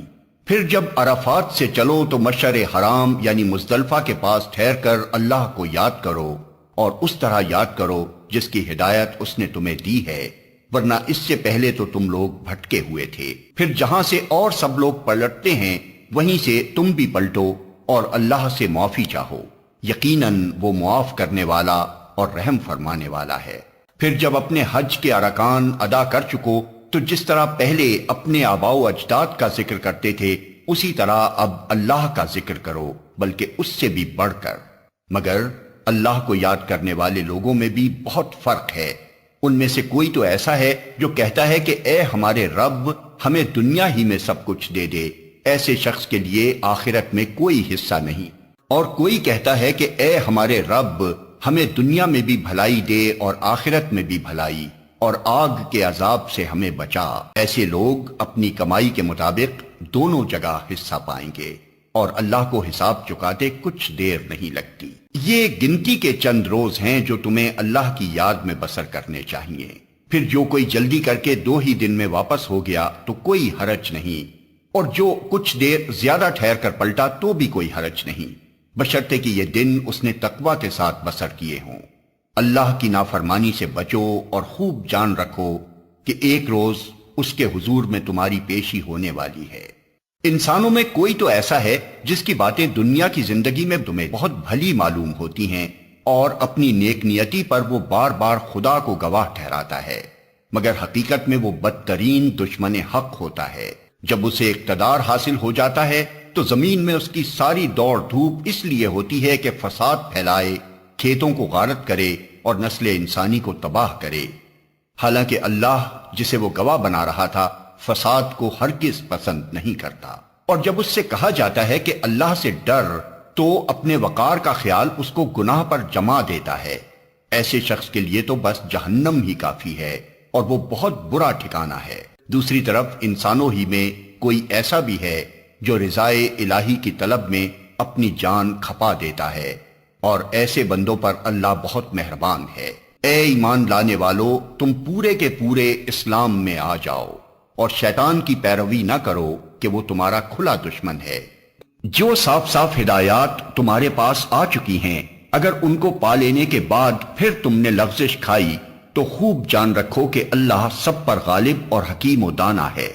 ان ساری نصیحتوں اور ہدایتوں کے بعد بھی لوگ سیدھے نہ ہوں تو کیا اب وہ اس کے منتظر ہیں کہ اللہ بادلوں کا چتر لگائے، فرشتوں کے پرے ساتھ لیے خود سامنے آ موجود ہو اور فیصلہ ہی کر ڈالا جائے۔ آخر کار سارے معاملات پیش تو اللہ ہی کے حضور ہونے والے ہیں۔ بنی اسرائیل سے پوچھو کیسی کھلی کھلی نشانیاں ہم نے انہیں دکھائی ہیں، اور پھر یہ بھی انہی سے پوچھ لو کہ اللہ کی نعمت پانے کے بعد جو قوم اس کو شقاوت سے بدلتی ہے اسے اللہ کیسی سخت سزا دیتا ہے۔ جن لوگوں نے کفر کی راہ اختیار کی ہے ان کے لیے دنیا کی زندگی بڑی محبوب و دل پسند بنا دی گئی ہے۔ ایسے لوگ ایمان کی راہ اختیار کرنے والوں کا مذاق اڑاتے ہیں، مگر قیامت کے روز پرہیزگار لوگ ہی ان کے مقابلے میں عالی مقام ہوں گے۔ رہا دنیا کا رزق تو اللہ کو اختیار ہے، جسے چاہے بے حساب دے۔ ابتدا میں سب لوگ ایک ہی طریقے پر تھے، پھر یہ حالت باقی نہ رہی اور اختلافات رونما ہوئے۔ تب اللہ نے نبی بھیجے جو راست روی پر بشارت دینے والے اور کجروی کے نتائج سے ڈرانے والے تھے، اور ان کے ساتھ کتاب برحق نازل کی تاکہ حق کے بارے میں لوگوں کے درمیان جو اختلافات رونما ہو گئے تھے ان کا فیصلہ کرے۔ اور ان اختلافات کے رونما ہونے کی وجہ یہ نہ تھی کہ ابتدا میں لوگوں کو حق بتایا نہیں گیا تھا، نہیں، اختلاف ان لوگوں نے کیا جنہیں حق کا علم دیا جا چکا تھا۔ انہوں نے روشن ہدایات پا لینے کے بعد محض اس لیے حق کو چھوڑ کر مختلف طریقے نکالے کہ وہ آپس میں زیادتی کرنا چاہتے تھے۔ بس جو لوگ انبیاء پر ایمان لے آئے انہیں اللہ نے اپنے اذن سے اس حق کا راستہ دکھا دیا جس میں لوگوں نے اختلاف کیا تھا۔ اللہ جسے چاہتا ہے راہ راست دکھا دیتا ہے۔ پھر کیا تم لوگوں نے یہ سمجھ رکھا ہے کہ یوں ہی جنت کا داخلہ تمہیں مل جائے گا، حالانکہ ابھی تم پر وہ سب کچھ نہیں گزرا ہے جو تم سے پہلے ایمان لانے والوں پر گزر چکا ہے۔ ان پر سختیاں گزریں، مصیبتیں آئیں، ہلا مارے گئے، حتیٰ کہ وقت کا رسول اور اس کے ساتھی اہل ایمان چیخ اٹھے کہ اللہ کی مدد کب آئے گی۔ اس وقت انہیں تسلی دی گئی کہ ہاں اللہ کی مدد قریب ہے۔ لوگ پوچھتے ہیں ہم کیا خرچ کریں؟ جواب دو کہ جو مال بھی تم خرچ کرو اپنے والدین پر، رشتہ داروں پر، یتیموں اور مسکینوں اور مسافروں پر خرچ کرو، اور جو بھلائی بھی تم کرو گے اللہ اس سے باخبر ہوگا۔ تمہیں جنگ کا حکم دیا گیا ہے اور وہ تمہیں ناگوار ہے۔ ہو سکتا ہے کہ ایک چیز تمہیں ناگوار ہو اور وہی تمہارے لیے بہتر ہو، اور ہو سکتا ہے کہ ایک چیز تمہیں پسند ہو اور وہی تمہارے لیے بری ہو۔ اللہ جانتا ہے، تم نہیں جانتے۔ لوگ پوچھتے ہیں ماہ حرام میں لڑنا کیسا ہے؟ کہو اس میں لڑنا بہت برا ہے، مگر راہ خدا سے لوگوں کو روکنا اور اللہ سے کفر کرنا اور مسجد حرام کا راستہ خدا پرستوں پر بند کرنا اور حرم کے رہنے والوں کو وہاں سے نکالنا اللہ کے نزدیک اس سے بھی زیادہ برا ہے، اور فتنہ خوریزی سے شدید تر ہے۔ وہ تو تم سے لڑے ہی جائیں گے، حتیٰ کہ اگر ان کا بس چلے تو تمہیں اس دین سے پھیر لے جائیں۔ اور یہ خوب سمجھ لو کہ تم میں سے جو کوئی اس دین سے پھرے گا اور کفر کی حالت میں جان دے گا، اس کے اعمال دنیا اور آخرت دونوں میں ضائع ہو جائیں گے۔ ایسے سب لوگ جہنمی ہیں اور ہمیشہ جہنم ہی میں رہیں گے، بخلاف اس کے جو لوگ ایمان لائے ہیں اور جنہوں نے خدا کی راہ میں اپنا گھر بار چھوڑا اور جہاد کیا ہے، وہ رحمت الہی کے جائز امیدوار ہیں، اور اللہ ان کی لغزشوں کو معاف کرنے والا اور اپنی رحمت سے انہیں نوازنے والا ہے۔ پوچھتے ہیں شراب اور جوئے کا کیا حکم ہے؟ کہو ان دونوں چیزوں میں بڑی خرابی ہے، اگرچہ ان میں لوگوں کے لیے کچھ منافع بھی ہیں، مگر ان کا گناہ ان کے فائدے سے بہت زیادہ ہے۔ پوچھتے ہیں ہم راہ خدا میں کیا خرچ کریں؟ کہو جو کچھ تمہاری ضرورت سے زیادہ ہو۔ اس طرح اللہ تمہارے لیے صاف صاف احکام بیان کرتا ہے، شاید کہ تم دنیا اور آخرت دونوں کی فکر کرو۔ پوچھتے ہیں یتیموں کے ساتھ کیا معاملہ کیا جائے؟ کہو جس طرز عمل سے ان کے لیے بھلائی ہو وہی اختیار کرنا بہتر ہے۔ اگر تم اپنا اور ان کا خرچ اور رہنا سہنا مشترک رکھو تو اس میں کوئی مذائقہ نہیں، آخر وہ تمہارے بھائی بند ہی تو ہیں۔ برائی کرنے والے اور بھلائی کرنے والے دونوں کا حال اللہ پر روشن ہے۔ اللہ چاہتا تو اس معاملے میں تم پر سختی کرتا، مگر وہ صاحب اختیار ہونے کے ساتھ صاحب حکمت بھی ہے۔ تم مشرک عورتوں سے ہرگز نکاح نہ کرنا جب تک کہ وہ ایمان نہ لے آئیں۔ ایک مومن لونڈی مشرک شریف زادی سے بہتر ہے اگرچہ وہ تمہیں بہت پسند ہو، اور اپنی عورتوں کے نکاح مشرک مردوں سے کبھی نہ کرنا جب تک کہ وہ ایمان نہ لے آئیں۔ ایک مومن غلام مشرک شریف سے بہتر ہے، اگرچہ وہ تمہیں بہت پسند ہو۔ یہ لوگ تمہیں آگ کی طرف بلاتے ہیں، اور اللہ اپنے اذن سے تم کو جنت اور مغفرت کی طرف بلاتا ہے، اور وہ اپنے احکام واضح طور پر لوگوں کے سامنے بیان کرتا ہے۔ توقع ہے کہ وہ سبق لیں گے اور نصیحت قبول کریں گے۔ پوچھتے ہیں حیض کا کیا حکم ہے؟ کہو وہ ایک گندگی کی حالت ہے، اس میں عورتوں سے الگ رہو اور ان کے قریب نہ جاؤ جب تک کہ وہ پاک صاف نہ ہو جائیں، پھر جب وہ پاک ہو جائیں تو ان کے پاس جاؤ اس طرح جیسا کہ اللہ نے تم کو حکم دیا ہے۔ اللہ ان لوگوں کو پسند کرتا ہے جو بدی سے باز رہیں اور پاکیزگی اختیار کریں۔ تمہاری عورتیں تمہاری کھیتیاں ہیں، تمہیں اختیار ہے جس طرح چاہو اپنی کھیتی میں جاؤ، مگر اپنے مستقبل کی فکر کرو اور اللہ کی ناراضی سے بچو۔ خوب جان لو کہ تمہیں ایک دن اس سے ملنا ہے، اور اے نبی جو تمہاری ہدایات کو مان لیں انہیں فلاح و سعادت کا مژدہ سنا دو۔ اللہ کے نام کو ایسی قسمیں کھانے کے لیے استعمال نہ کرو جن سے مقصود نیکی اور تقوی اور بندگان خدا کی بھلائی کے کاموں سے باز رہنا ہو۔ اللہ تمہاری ساری باتیں سن رہا ہے اور سب کچھ جانتا ہے۔ جو بے معنی قسمیں تم بلا ارادہ کھا لیا کرتے ہو ان پر اللہ گرفت نہیں کرتا، مگر جو قسمیں تم سچے دل سے کھاتے ہو ان کی باز پرس وہ ضرور کرے گا۔ اللہ بہت درگزر کرنے والا اور بردبار ہے۔ جو لوگ اپنی عورتوں سے تعلق نہ رکھنے کی قسم کھا بیٹھتے ہیں ان کے لیے 4 مہینے کی مہلت ہے۔ اگر انہوں نے رجوع کر لیا تو اللہ معاف کرنے والا اور رحیم ہے، اور اگر انہوں نے طلاق ہی کی ٹھان لی ہو تو جانے رہیں کہ اللہ سب کچھ سنتا اور جانتا ہے۔ جن عورتوں کو طلاق دی گئی ہو وہ 3 مرتبہ ایام ماہواری آنے تک اپنے آپ کو روکے رکھیں، اور ان کے لیے یہ جائز نہیں ہے کہ اللہ نے ان کے رحم میں جو کچھ خلق فرمایا ہو اسے چھپائیں۔ انہیں ہرگز ایسا نہ کرنا چاہیے اگر وہ اللہ اور روز آخر پر ایمان رکھتی ہیں۔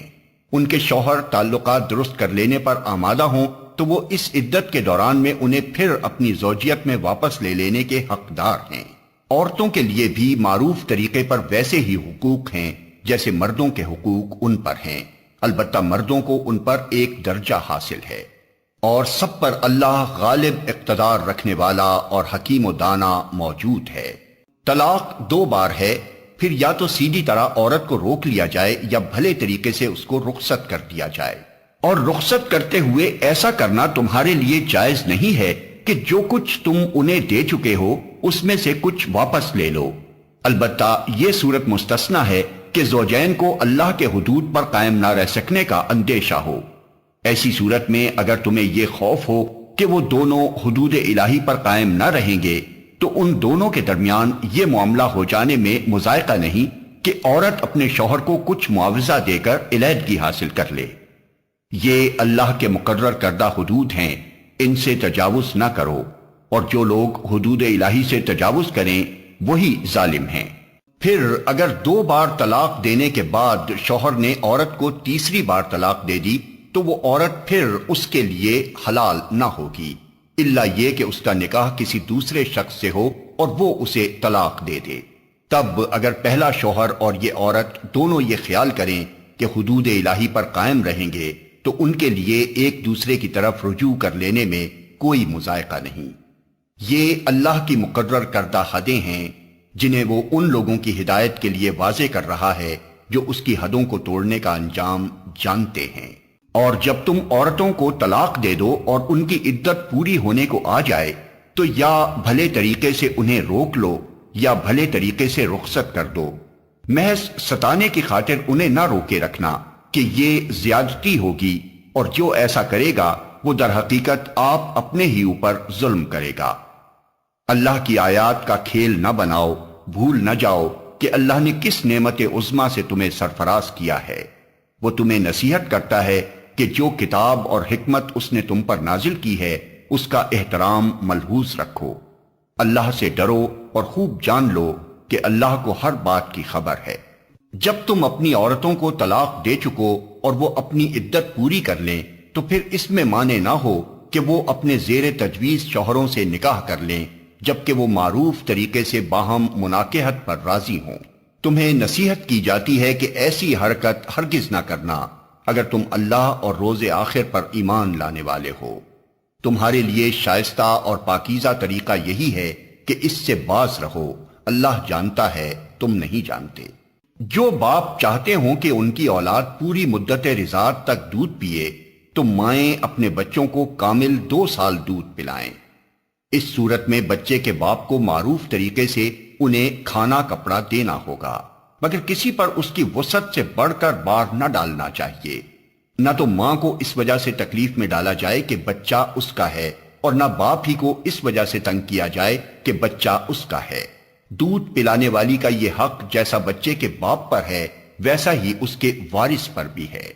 لیکن اگر فریقین باہمی رضامندی اور مشورے سے دودھ چھڑانا چاہیں تو ایسا کرنے میں کوئی مذائقہ نہیں، اور اگر تمہارا خیال اپنی اولاد کو کسی غیر عورت سے دودھ پلوانے کا ہو تو اس میں بھی کوئی حرج نہیں، بشرطے کہ اس کا جو کچھ معاوضہ طے کرو وہ معروف طریقے پر ادا کر دو۔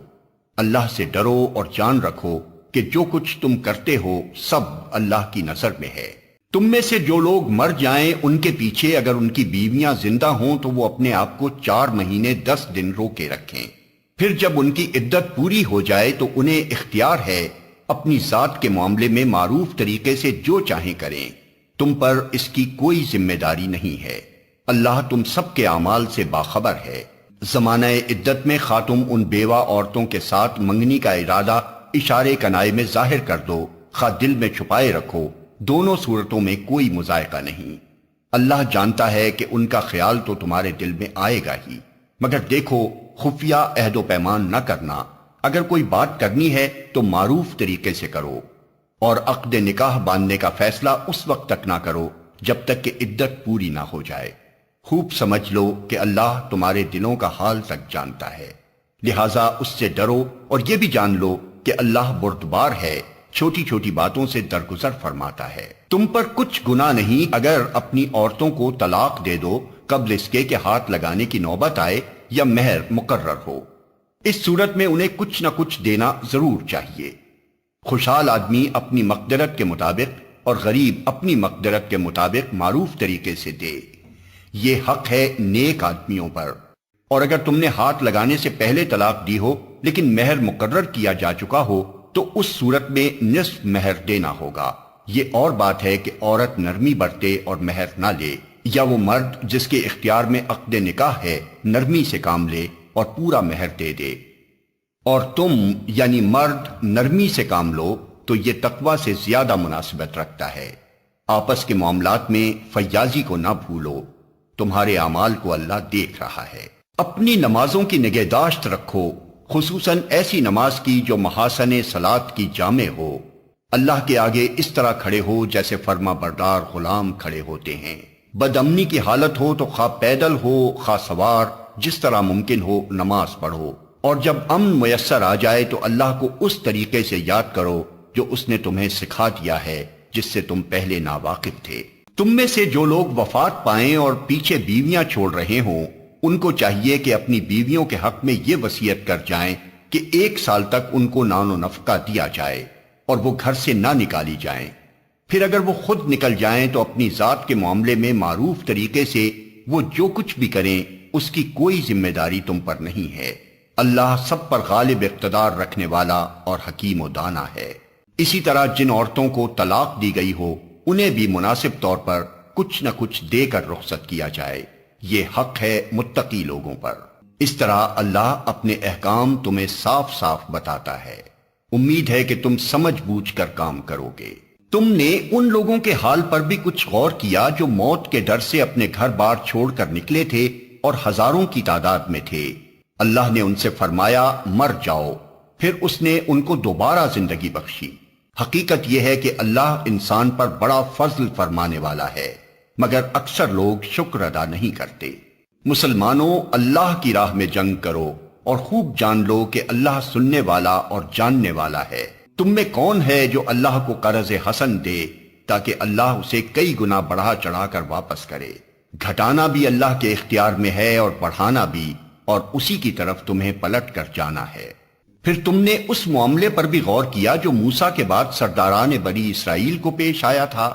انہوں نے اپنے نبی سے کہا ہمارے لیے ایک بادشاہ مقرر کر دو تاکہ ہم اللہ کی راہ میں جنگ کریں۔ نبی نے پوچھا کہیں ایسا تو نہ ہوگا کہ تم کو لڑائی کا حکم دیا جائے اور پھر تم نہ لڑو؟ وہ کہنے لگے بھلا یہ کیسے ہو سکتا ہے کہ ہم راہ خدا میں نہ لڑیں جبکہ ہمیں اپنے گھروں سے نکال دیا گیا ہے اور ہمارے بال بچے ہم سے جدا کر دیے گئے ہیں۔ مگر جب ان کو جنگ کا حکم دیا گیا تو ایک قلیل تعداد کے سوا وہ سب پیٹھ موڑ گئے، اور اللہ ان میں سے ایک ایک ظالم کو جانتا ہے۔ ان کے نبی نے ان سے کہا کہ اللہ نے طالوت کو تمہارے لیے بادشاہ مقرر کیا ہے۔ یہ سن کر وہ بولے ہم پر بادشاہ بننے کا وہ کیسے حقدار ہو گیا؟ اس کے مقابلے میں بادشاہی کے ہم زیادہ مستحق ہیں، وہ تو کوئی بڑا مالدار آدمی نہیں ہے۔ نبی نے جواب دیا اللہ نے تمہارے مقابلے میں اسی کو منتخب کیا ہے، اور اس کو دماغی اور جسمانی دونوں قسم کی اہلیتیں فراوانی کے ساتھ عطا فرمائی ہیں، اور اللہ کو اختیار ہے کہ اپنا ملک جسے چاہے دے۔ اللہ بڑی وسعت رکھتا ہے اور سب کچھ اس کے علم میں ہے۔ اس کے ساتھ ان کے نبی نے ان کو یہ بھی بتایا کہ خدا کی طرف سے اس کے بادشاہ مقرر ہونے کی علامت یہ ہے کہ اس کے عہد میں وہ صندوق تمہیں واپس مل جائے گا جس میں تمہارے رب کی طرف سے تمہارے لیے سکون قلب کا سامان ہے، جس میں آل موسیٰ اور آل ہارون کے چھوڑے ہوئے تبرکات ہیں، اور جس کو اس وقت فرشتے سنبھالے ہوئے ہیں۔ اگر تم مومن ہو تو یہ تمہارے لیے بہت بڑی نشانی ہے۔ پھر جب طالوت لشکر لے کر چلا تو اس نے کہا ایک دریا پر اللہ کی طرف سے تمہاری آزمائش ہونے والی ہے، جو اس کا پانی پیے گا وہ میرا ساتھی نہیں، میرا ساتھی صرف وہ ہے جو اس سے پیاس نہ بجھائے، ہاں ایک آدھ چلو کوئی پی لے تو پی لے۔ مگر ایک گروہ قلیل کے سوا وہ سب اس دریا سے سیراب ہوئے۔ پھر جب طالوت اور اس کے ساتھی مسلمان دریا پار کر کے آگے بڑھے تو انہوں نے طالوت سے کہہ دیا کہ آج ہم میں جالوت اور اس کے لشکروں کا مقابلہ کرنے کی طاقت نہیں ہے۔ لیکن جو لوگ یہ سمجھتے تھے کہ انہیں ایک دن اللہ سے ملنا ہے، انہوں نے کہا بارہا ایسا ہوا ہے کہ ایک قلیل گروہ اللہ کے اذن سے ایک بڑے گروہ پر غالب آ گیا ہے۔ اللہ صبر کرنے والوں کا ساتھی ہے۔ اور جب وہ جالوت اور اس کے لشکروں کے مقابلے پر نکلے تو انہوں نے دعا کی اے ہمارے رب ہم پر صبر کا فیضان کر، ہمارے قدم جما دے اور اس کافر گروہ پر ہمیں فتح نصیب کر۔ آخر کار اللہ کے اذن سے انہوں نے کافروں کو مار بھگایا، اور داؤد نے جالوت کو قتل کر دیا، اور اللہ نے اسے سلطنت اور حکمت سے نوازا، اور جن جن چیزوں کا چاہا اس کو علم دیا۔ اگر اس طرح اللہ انسانوں کے ایک گروہ کو دوسرے گروہ کے ذریعے سے ہٹاتا نہ رہتا تو زمین کا نظام بگڑ جاتا، لیکن دنیا کے لوگوں پر اللہ کا بڑا فضل ہے کہ وہ اس طرح دفع فساد کا انتظام کرتا رہتا ہے۔ یہ اللہ کی آیات ہیں جو ہم ٹھیک ٹھیک تم کو سنا رہے ہیں، اور تم یقیناً ان لوگوں میں سے ہو جو رسول بنا کر بھیجے گئے ہیں۔ یہ رسول جو ہماری طرف سے انسانوں کی ہدایت پر مامور ہوئے، ہم نے ان کو ایک دوسرے سے بڑھ چڑھ کر مرتبے عطا کیے۔ ان میں کوئی ایسا تھا جس سے خدا خود ہم کلام ہوا، کسی کو اس نے دوسری حیثیتوں سے بلند درجے دیے، اور آخر میں عیسیٰ ابن مریم کو روشن نشانیاں عطا کیں اور روح پاک سے اس کی مدد کی۔ اگر اللہ چاہتا تو ممکن نہ تھا کہ ان رسولوں کے بعد جو لوگ روشن نشانیاں دیکھ چکے تھے وہ آپس میں لڑتے، مگر اللہ کی مشیت یہ نہ تھی کہ وہ لوگوں کو جبراً اختلاف سے روکے، اس وجہ سے انہوں نے باہم اختلاف کیا، پھر کوئی ایمان لایا اور کسی نے کفر کی راہ اختیار کی۔ ہاں اللہ چاہتا تو وہ ہرگز نہ لڑتے، مگر اللہ جو چاہتا ہے کرتا ہے۔ اے لوگو جو ایمان لائے ہو، جو کچھ مال متاع ہم نے تم کو بخشا ہے اس میں سے خرچ کرو، قبل اس کے کہ وہ دن آئے جس میں نہ خرید و فروخت ہوگی، نہ دوستی کام آئے گی اور نہ سفارش چلے گی، اور ظالم اصل میں وہی ہیں جو کفر کی روش اختیار کرتے ہیں۔ اللہ وہ زندہ جاوید ہستی جو تمام کائنات کو سنبھالے ہوئے ہے، اس کے سوا کوئی خدا نہیں ہے۔ وہ نہ سوتا ہے اور نہ اسے اونگ لگتی ہے، زمین اور آسمانوں میں جو کچھ ہے اسی کا ہے۔ کون ہے جو اس کی جناب میں اس کی اجازت کے بغیر سفارش کر سکے؟ جو کچھ بندوں کے سامنے ہے اسے بھی وہ جانتا ہے اور جو کچھ ان سے اوجھل ہے اس سے بھی وہ واقف ہے، اور اس کی معلومات میں سے کوئی چیز ان کی گرفت ادراک میں نہیں آ سکتی الا یہ کہ کسی چیز کا علم وہ خود ہی ان کو دینا چاہے۔ اس کی حکومت آسمانوں اور زمین پر چھائی ہوئی ہے، اور ان کی نگہبانی اس کے لیے کوئی تھکا دینے والا کام نہیں ہے، بس وہی ایک بزرگ و برتر ذات ہے۔ دین کے معاملے میں کوئی زور زبردستی نہیں ہے، صحیح بات غلط خیالات سے الگ چھانٹ کر رکھ دی گئی ہے۔ اب جو کوئی طاغوت کا انکار کر کے اللہ پر ایمان لے آیا، اس نے ایک ایسا مضبوط سہارا تھام لیا جو کبھی ٹوٹنے والا نہیں، اور اللہ جس کا سہارا اس نے لیا ہے سب کچھ سننے اور جاننے والا ہے۔ جو لوگ ایمان لاتے ہیں ان کا حامی و مددگار اللہ ہے، اور وہ ان کو تاریکیوں سے روشنی میں نکال لاتا ہے، اور جو لوگ کفر کی راہ اختیار کرتے ہیں ان کے حامی و مددگار طاغوت ہیں، اور وہ انہیں روشنی سے تاریکیوں کی طرف کھینچ لے جاتے ہیں۔ یہ آگ میں جانے والے لوگ ہیں جہاں یہ ہمیشہ رہیں گے۔ کیا تم نے اس شخص کے حال پر غور نہیں کیا جس نے ابراہیم سے جھگڑا کیا تھا؟ جھگڑا اس بات پر کہ ابراہیم کا رب کون ہے، اور اس بنا پر کہ اس شخص کو اللہ نے حکومت دے رکھی تھی۔ جب ابراہیم نے کہا میرا رب وہ ہے جس کے اختیار میں زندگی اور موت ہے، تو اس نے جواب دیا زندگی اور موت میرے اختیار میں ہے۔ ابراہیم نے کہا اچھا اللہ سورج کو مشرق سے نکالتا ہے، تو ذرا اسے مغرب سے نکال لا۔ یہ سن کر وہ منکر حق ششدر رہ گیا، مگر اللہ ظالموں کو راہ راست نہیں دکھایا کرتا۔ یا پھر مثال کے طور پر اس شخص کو دیکھو جس کا گزر ایک ایسی بستی پر ہوا جو اپنی چھتوں پر اوندھی گری پڑی تھی۔ اس نے کہا یہ آبادی جو ہلاک ہو چکی ہے اسے اللہ کس طرح دوبارہ زندگی بخشے گا؟ اس پر اللہ نے اس کی روح قبض کر لی اور وہ 100 برس تک مردہ پڑا رہا۔ پھر اللہ نے اسے دوبارہ زندگی بخشی اور اس سے پوچھا بتاؤ کتنی مدت پڑے رہے ہو؟ اس نے کہا 1 دن یا چند گھنٹے رہا ہوں گا۔ فرمایا تم پر 100 برس اسی حالت میں گزر چکے ہیں۔ اب ذرا اپنے کھانے اور پانی کو دیکھو کہ اس میں ذرا تغیر نہیں آیا ہے۔ دوسری طرف ذرا اپنے گدھے کو بھی دیکھو کہ اس کا پنجر تک وہ سیدھا ہو رہا ہے، اور یہ ہم نے اس لیے کیا ہے کہ ہم تمہیں لوگوں کے لیے ایک نشانی بنا دینا چاہتے ہیں۔ پھر دیکھو کہ ہڈیوں کے اس پنجر کو ہم کس طرح اٹھا کر گوشت پوست اس پر چڑھاتے ہیں۔ اس طرح جب حقیقت اس کے سامنے بالکل نمایاں ہو گئی تو اس نے کہا میں جانتا ہوں کہ اللہ ہر چیز پر قدرت رکھتا ہے۔ اور وہ واقعہ بھی پیش نظر رہے جب ابراہیم نے کہا تھا میرے مالک مجھے دکھا دے تو مردوں کو کیسے زندہ کرتا ہے۔ فرمایا کیا تو ایمان نہیں رکھتا؟ اس نے عرض کیا ایمان تو رکھتا ہوں مگر دل کا اطمینان درکار ہے۔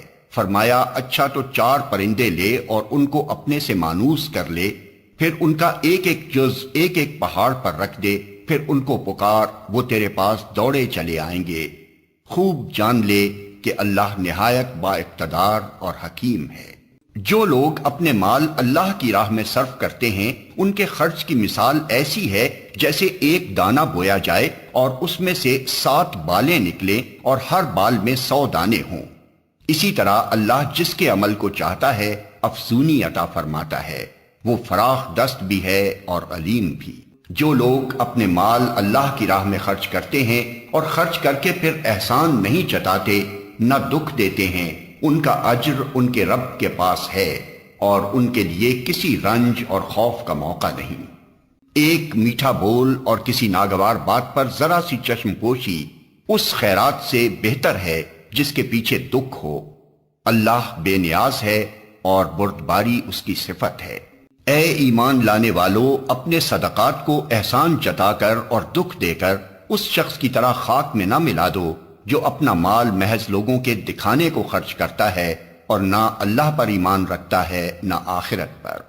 اس کے خرچ کی مثال ایسی ہے جیسے ایک چٹان تھی جس پر مٹی کی تہ جمی ہوئی تھی، اس پر جب زور کا می برسا تو ساری مٹی بہہ گئی اور صاف چٹان کی چٹان رہ گئی۔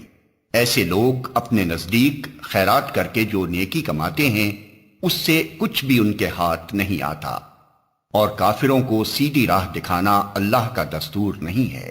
بخلاف اس کے جو لوگ اپنے مال محض اللہ کی رضا جوئی کے لیے دل کے پورے ثبات و قرار کے ساتھ خرچ کرتے ہیں، ان کے خرچ کی مثال ایسی ہے جیسے کسی سطح مرتفع پر ایک باغ ہو، اگر زور کی بارش ہو جائے تو دگنا پھل لائے، اور اگر زور کی بارش نہ بھی ہو تو ایک ہلکی پھوار ہی اس کے لیے کافی ہو جائے۔ تم جو کچھ کرتے ہو سب اللہ کی نظر میں ہے۔ کیا تم میں سے کوئی یہ پسند کرتا ہے کہ اس کے پاس ایک ہرا بھرا باغ ہو، نہروں سے سیراب، کھجوروں اور انگوروں اور ہر قسم کے پھلوں سے لدا ہوا، اور وہ عین اس وقت ایک تیز بگولے کی زد میں آ کر جھلس جائے جبکہ وہ خود بوڑھا ہو اور اس کے کم سن بچے ابھی کسی لائق نہ ہوں؟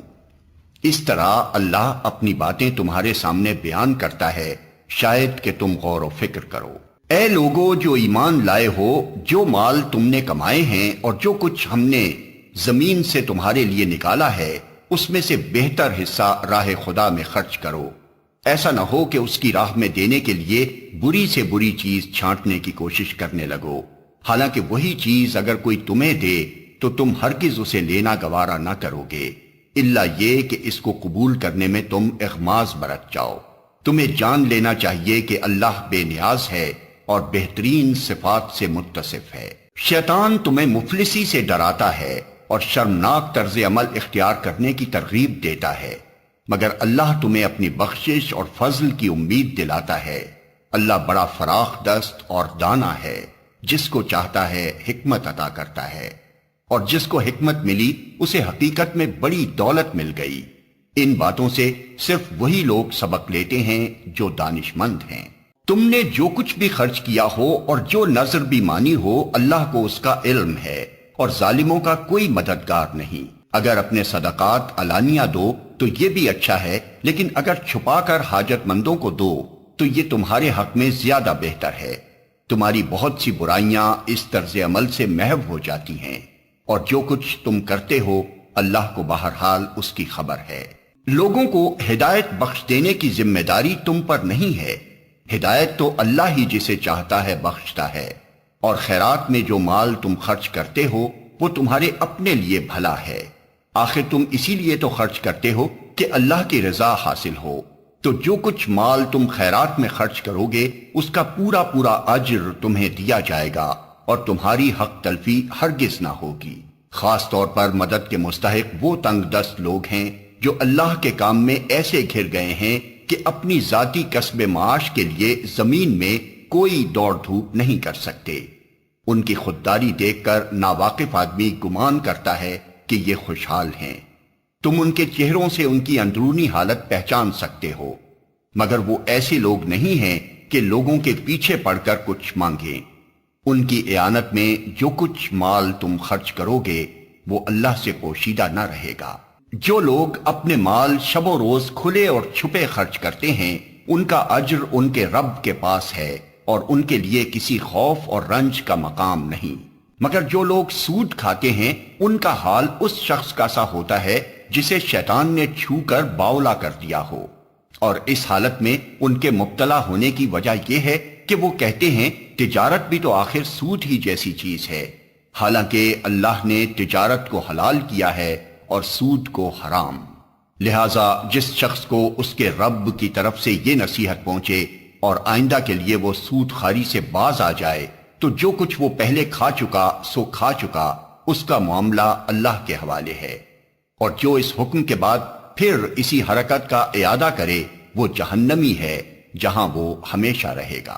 اللہ سود کا مٹھ مار دیتا ہے اور صدقات کو نشو و نما دیتا ہے، اور اللہ کسی ناشکرے بد عمل انسان کو پسند نہیں کرتا۔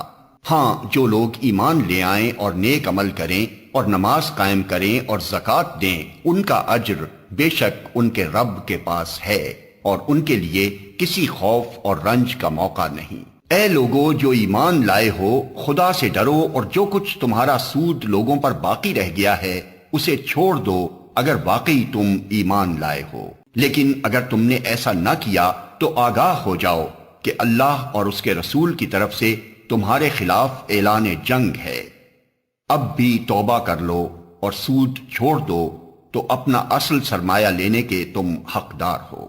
نہ تم ظلم کرو نہ تم پر ظلم کیا جائے، تمہارا قرضدار تنگ دست ہو تو ہاتھ کھلنے تک اسے مہلت دو، اور جو صدقہ کر دو تو یہ تمہارے لیے زیادہ بہتر ہے اگر تم سمجھو۔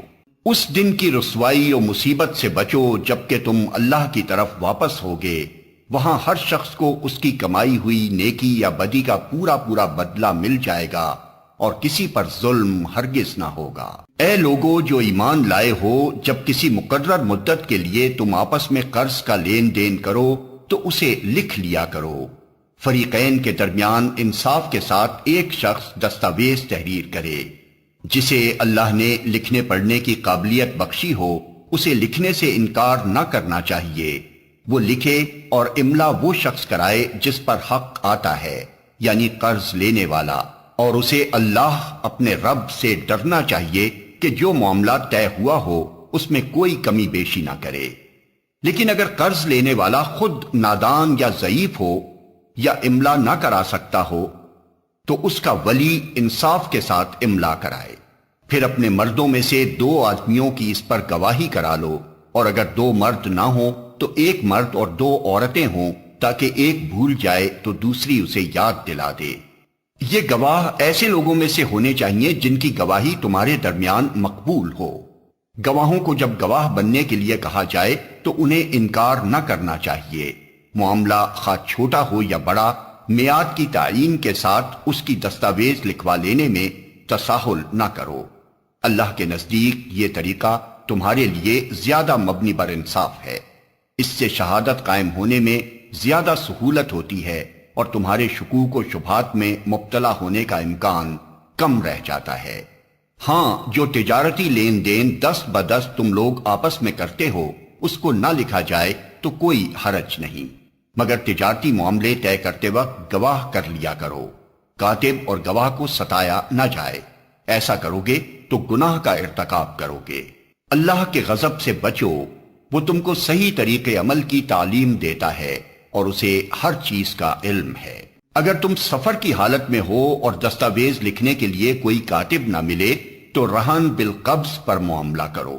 اگر تم میں سے کوئی شخص دوسرے پر بھروسہ کر کے اس کے ساتھ کوئی معاملہ کرے تو جس پر بھروسہ کیا گیا ہے اسے چاہیے کہ امانت ادا کرے اور اللہ اپنے رب سے ڈرے، اور شہادت ہرگز نہ چھپاؤ۔ جو شہادت چھپاتا ہے اس کا دل گناہ میں آلودہ ہے، اور اللہ تمہارے اعمال سے بے خبر نہیں ہے۔ آسمانوں اور زمین میں جو کچھ ہے سب اللہ کا ہے۔ تم اپنے دل کی باتیں خواہ ظاہر کرو یا چھپاؤ، اللہ بہرحال ان کا حساب تم سے لے لے گا۔ پھر اسے اختیار ہے جسے چاہے معاف کر دے اور جسے چاہے سزا دے، وہ ہر چیز پر قدرت رکھتا ہے۔ رسول اس ہدایت پر ایمان لایا ہے جو اس کے رب کی طرف سے اس پر نازل ہوئی ہے، اور جو لوگ اس رسول کے ماننے والے ہیں انہوں نے بھی اس ہدایت کو دل سے تسلیم کر لیا ہے۔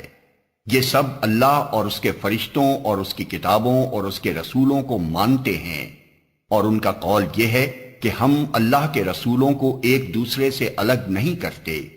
ہم نے حکم سنا اور اطاعت قبول کی۔ مالک، ہم تجھ سے خطا بخشی کے طالب ہیں اور ہمیں تیری ہی طرف پلٹنا ہے۔ اللہ کسی متنفس پر اس کی مقدرت سے بڑھ کر ذمہ داری کا بوجھ نہیں ڈالتا۔ ہر شخص نے جو نیکی کمائی ہے اس کا پھل اسی کے لیے ہے، اور جو بدی سمیٹی ہے اس کا وبال اسی پر ہے۔ ایمان لانے والو، تم یوں دعا کیا کرو: اے ہمارے رب، ہم سے بھول چوک میں جو قصور ہو جائیں ان پر گرفت نہ کر۔ مالک، ہم پر وہ بوجھ نہ ڈال جو تو نے ہم سے پہلے لوگوں پر ڈالے تھے۔ پروردگار، جس بار کو اٹھانے کی طاقت ہم میں نہیں ہے وہ ہم پر نہ رکھ۔ ہمارے ساتھ نرمی کر، ہم سے درگزر فرما، ہم پر رحم کر۔ تو ہمارا مولا ہے، کافروں کے مقابلے میں ہماری مدد کر۔